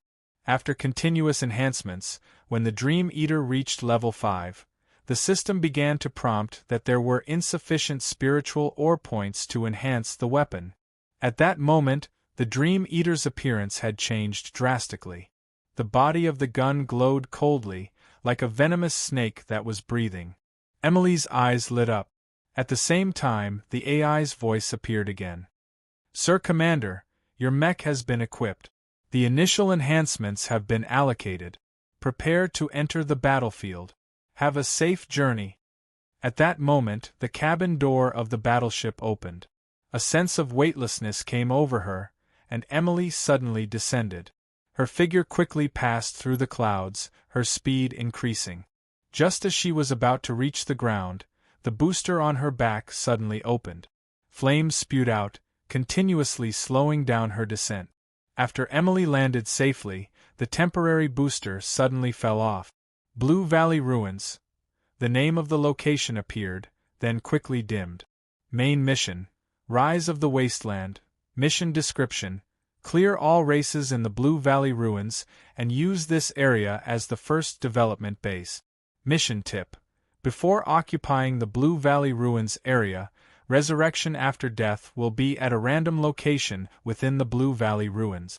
Server opening challenge mission: Deadly Hunter. Mission description: during the mission period, hunting down all the monsters in the Blue Valley Ruins will be rewarded with hunting points. During the mission period, the top 1,000 hunting points in the server will be the winner of this mission. Mission tip: the number of hunting points will be determined by the strength of the monster. Mission reward: first place. Title: Deadly Hunter. 600 soul coins, 100 spirit or strengthening points, 2 ND to 10th place. 500 soul coins, 50 spiritual ore points, 11 TH to 100th place. 200 soul coins, 20 spiritual ore points, 101 SD to 1000th place. 100 soul coins remaining time: 9 days. 3 hours and 29 minutes. Next to the challenge mission, there was a real-time ranking of the players' hunting points. Looking at the mission notification panel, Emily suddenly realized that this game had only been opened for less than a day. However, none of that mattered. The realism of the game had truly attracted Emily. She subconsciously took a step forward. Although she was wearing the mech suit, there was no inconvenience in moving, as if the mech suit was an extension of her body.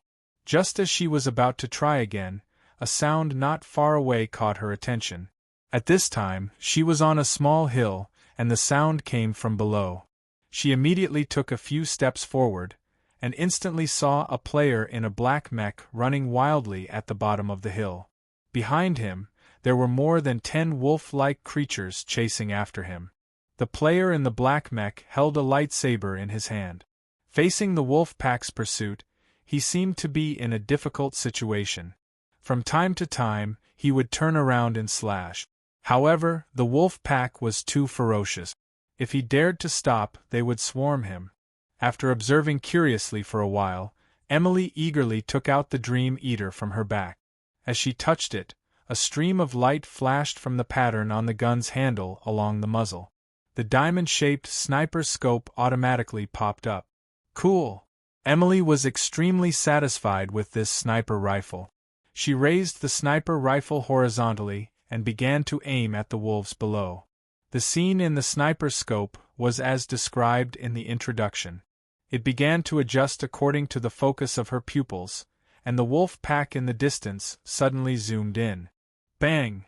A bullet shot out of the barrel, but Emily felt that the recoil was negligible. In the distance, a wolf that was chasing after the player suddenly had a bloody hole appear on its forehead. Its body fell to the ground with a loud thud, and under the effect of inertia, it rolled forward for some distance. Seeing this, Emily's lips curled up. She spread her legs slightly, pressed her cheek against the muzzle, and began to aim again. Bang! Bang! 1 shot, 1 kill. Emily, who had added all her initial points to upgrade her sniper rifle, displayed terrifying lethality at that moment. The feeling of hunting awakened the desire to kill in Emily's heart, intoxicating her. She began to fully immerse herself in the sniper mode. In the end, more than 10 hungry wolves were all killed. Not a single shot missed. Even the player who was being chased was shocked. His gaze swept across the fallen wolves, and he was shocked to find that there were bleeding bullet holes in their foreheads. What the F***ck, are you kidding me? That's way too accurate. What shocked the player even more was that apart from the frighteningly high accuracy, the damage was also frighteningly high. It hadn't even been a day since the server was launched, and players would have to expend a lot of effort to face a wolf alone. Even the weapon with the highest damage at this stage, the Dream Eater, did not have a single kill record on the forum. The player immediately turned his gaze to the hillside, but what he saw was Emily reaching out to hang the sniper rifle on her back, and turning to leave. I've met a pro. Chapter 278. Battle Online was officially launched in anticipation of the American server's players. The popularity of this game was undoubtedly epoch-making. With the 3 main servers combined, it had captured 23 million players on the first day of its launch.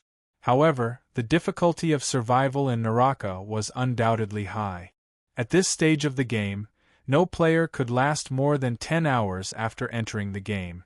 Many players were even killed by wild monsters at the beginning of the game. However, this did not disappoint the players in Naraka. Instead, they excitedly discussed various survival techniques in the forum. It could be said that it was painful and happy at the same time.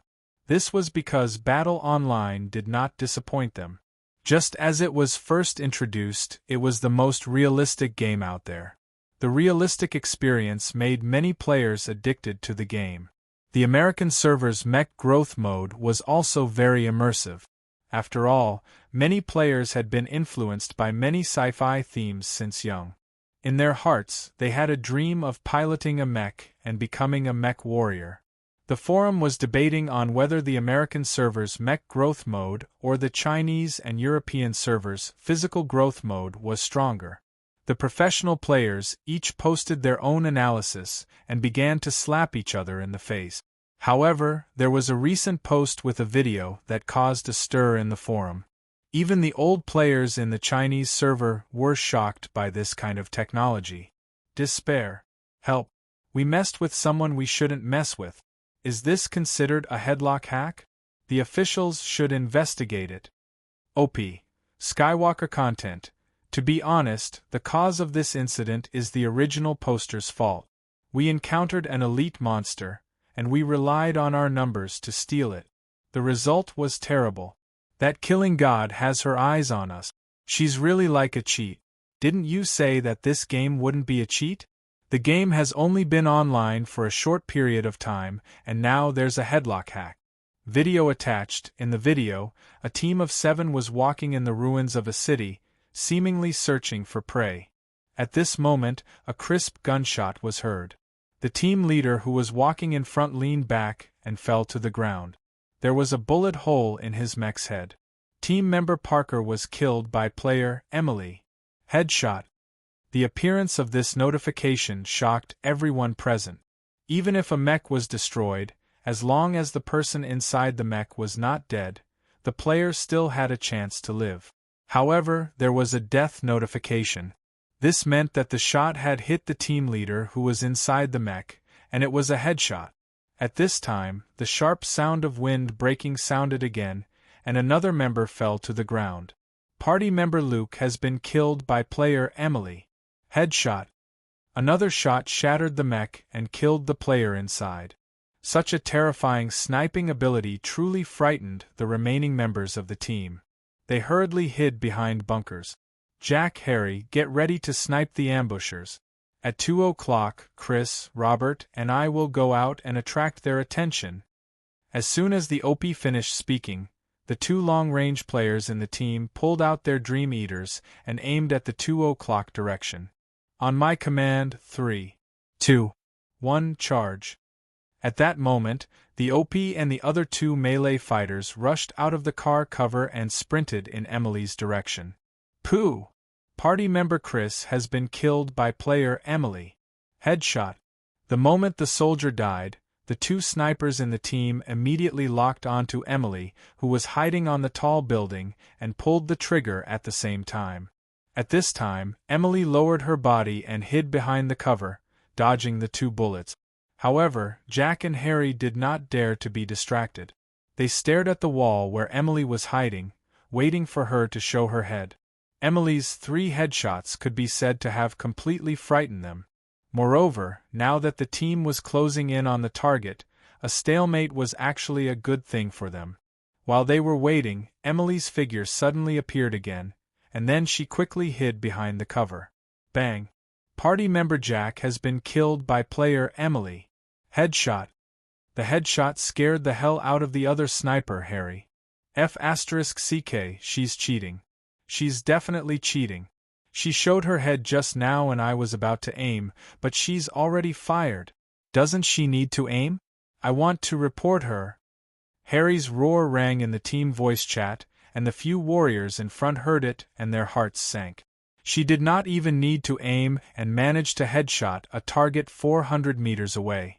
There seemed to be no other reasonable explanation for this other than a cheat. F***ck, think of a way to deal with her first, then report her to the official website. At this time, the 2 warriors were already close to the ruined building, using their lightsabers and daggers to climb up the wall bit by bit. Below them, Hart stared in the direction where Emily was. His heart was very nervous. He had 7 people in his team, but 4 of them had died in such a short period of time. Such a terrifying sniping ability made him shiver. At this time, the muzzle of Emily's gun on the building began to move. Hart immediately pulled the trigger, ready to snipe Emily the moment she showed her head. Bang! A gunshot suddenly rang. Party member Hart's mech has been destroyed. About to be ejected from mech chamber. I'm going to report her, she's cheating. As his body was ejected from the mech, Heart's heart was filled with despair. The target did not even show her head, and yet she managed to hit him.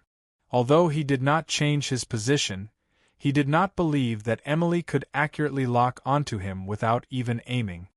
At this time, Hart, who was still in the air, suddenly saw Emily's figure appear again, holding the Dream Eater and standing at the starting point. He saw that Emily's gun was moving with the speed of his falling body. Bang! Party member Hart has been killed by player Emily. Headshot. The moment his head exploded, Hart's eyes widened in disbelief. His body was clearly in a falling state, but he had still been shot in the head. What kind of god was this?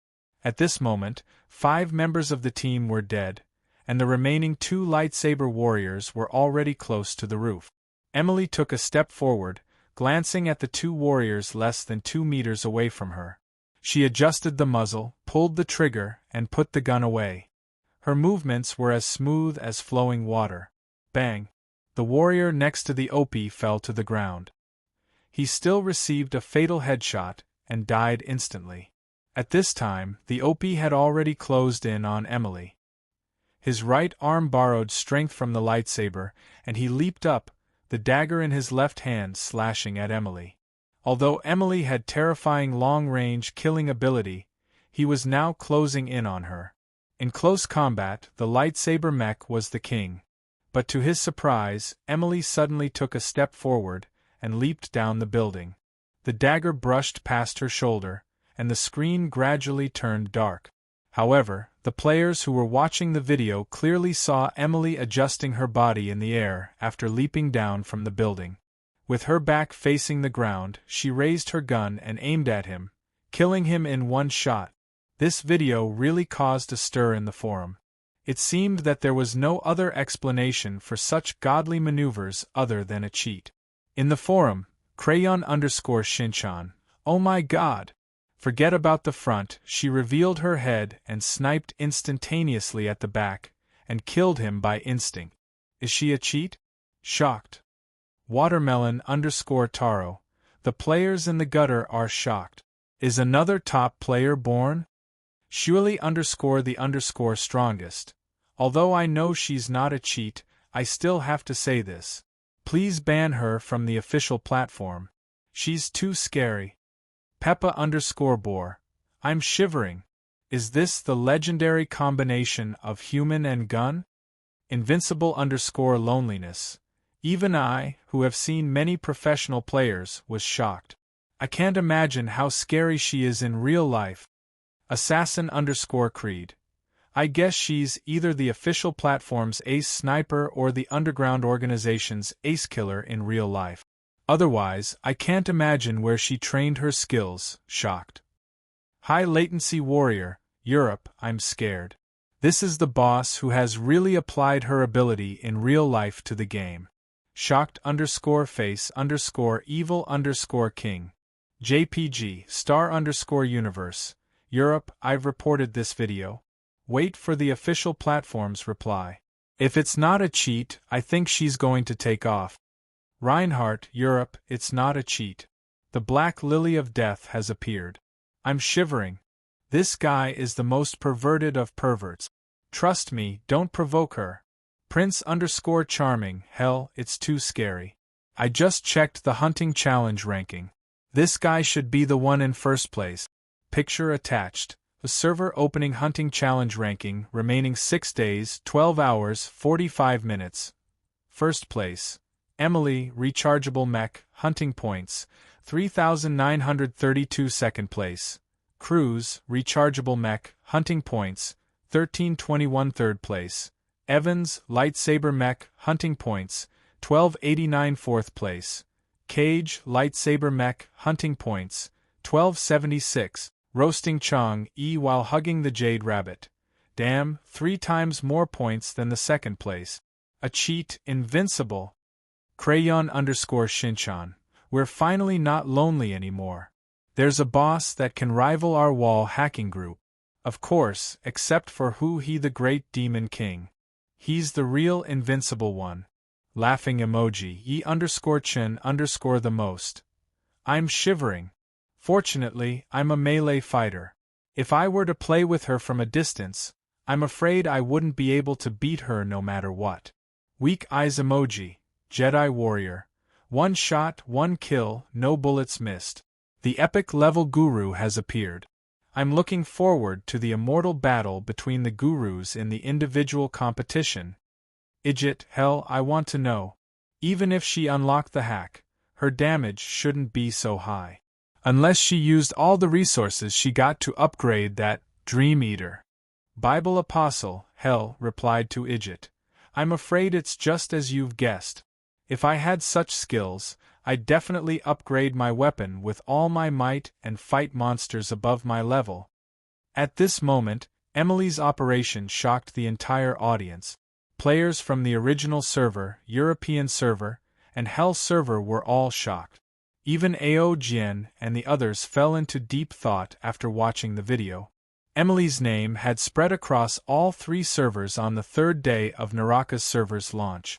She was firmly remembered by all the players. Terrifying, unbreakable sniper, headlock critical demon, Deathbringer. All kinds of titles popped up. Without a doubt, these titles were all to prove Emily's inhuman sniping ability. As the players waited, the officials finally released an official statement. It was a short explanation, but the players believed it because of the credibility of Battle Online's officials. Battle Online official announcement. After receiving reports and feedback from the players, it is now officially clarified that the Naraka server player, Emily, did not use any cheat. The sniping ability she displayed was entirely her own. At the same time, the officials once again stated that this game does not have any cheats, scripts, or other auxiliary functions. The official announcement could be said to have caused a stir among the players once again. This time, the human cheat, Emily, was promoted to the highest position of the sniping god by the players.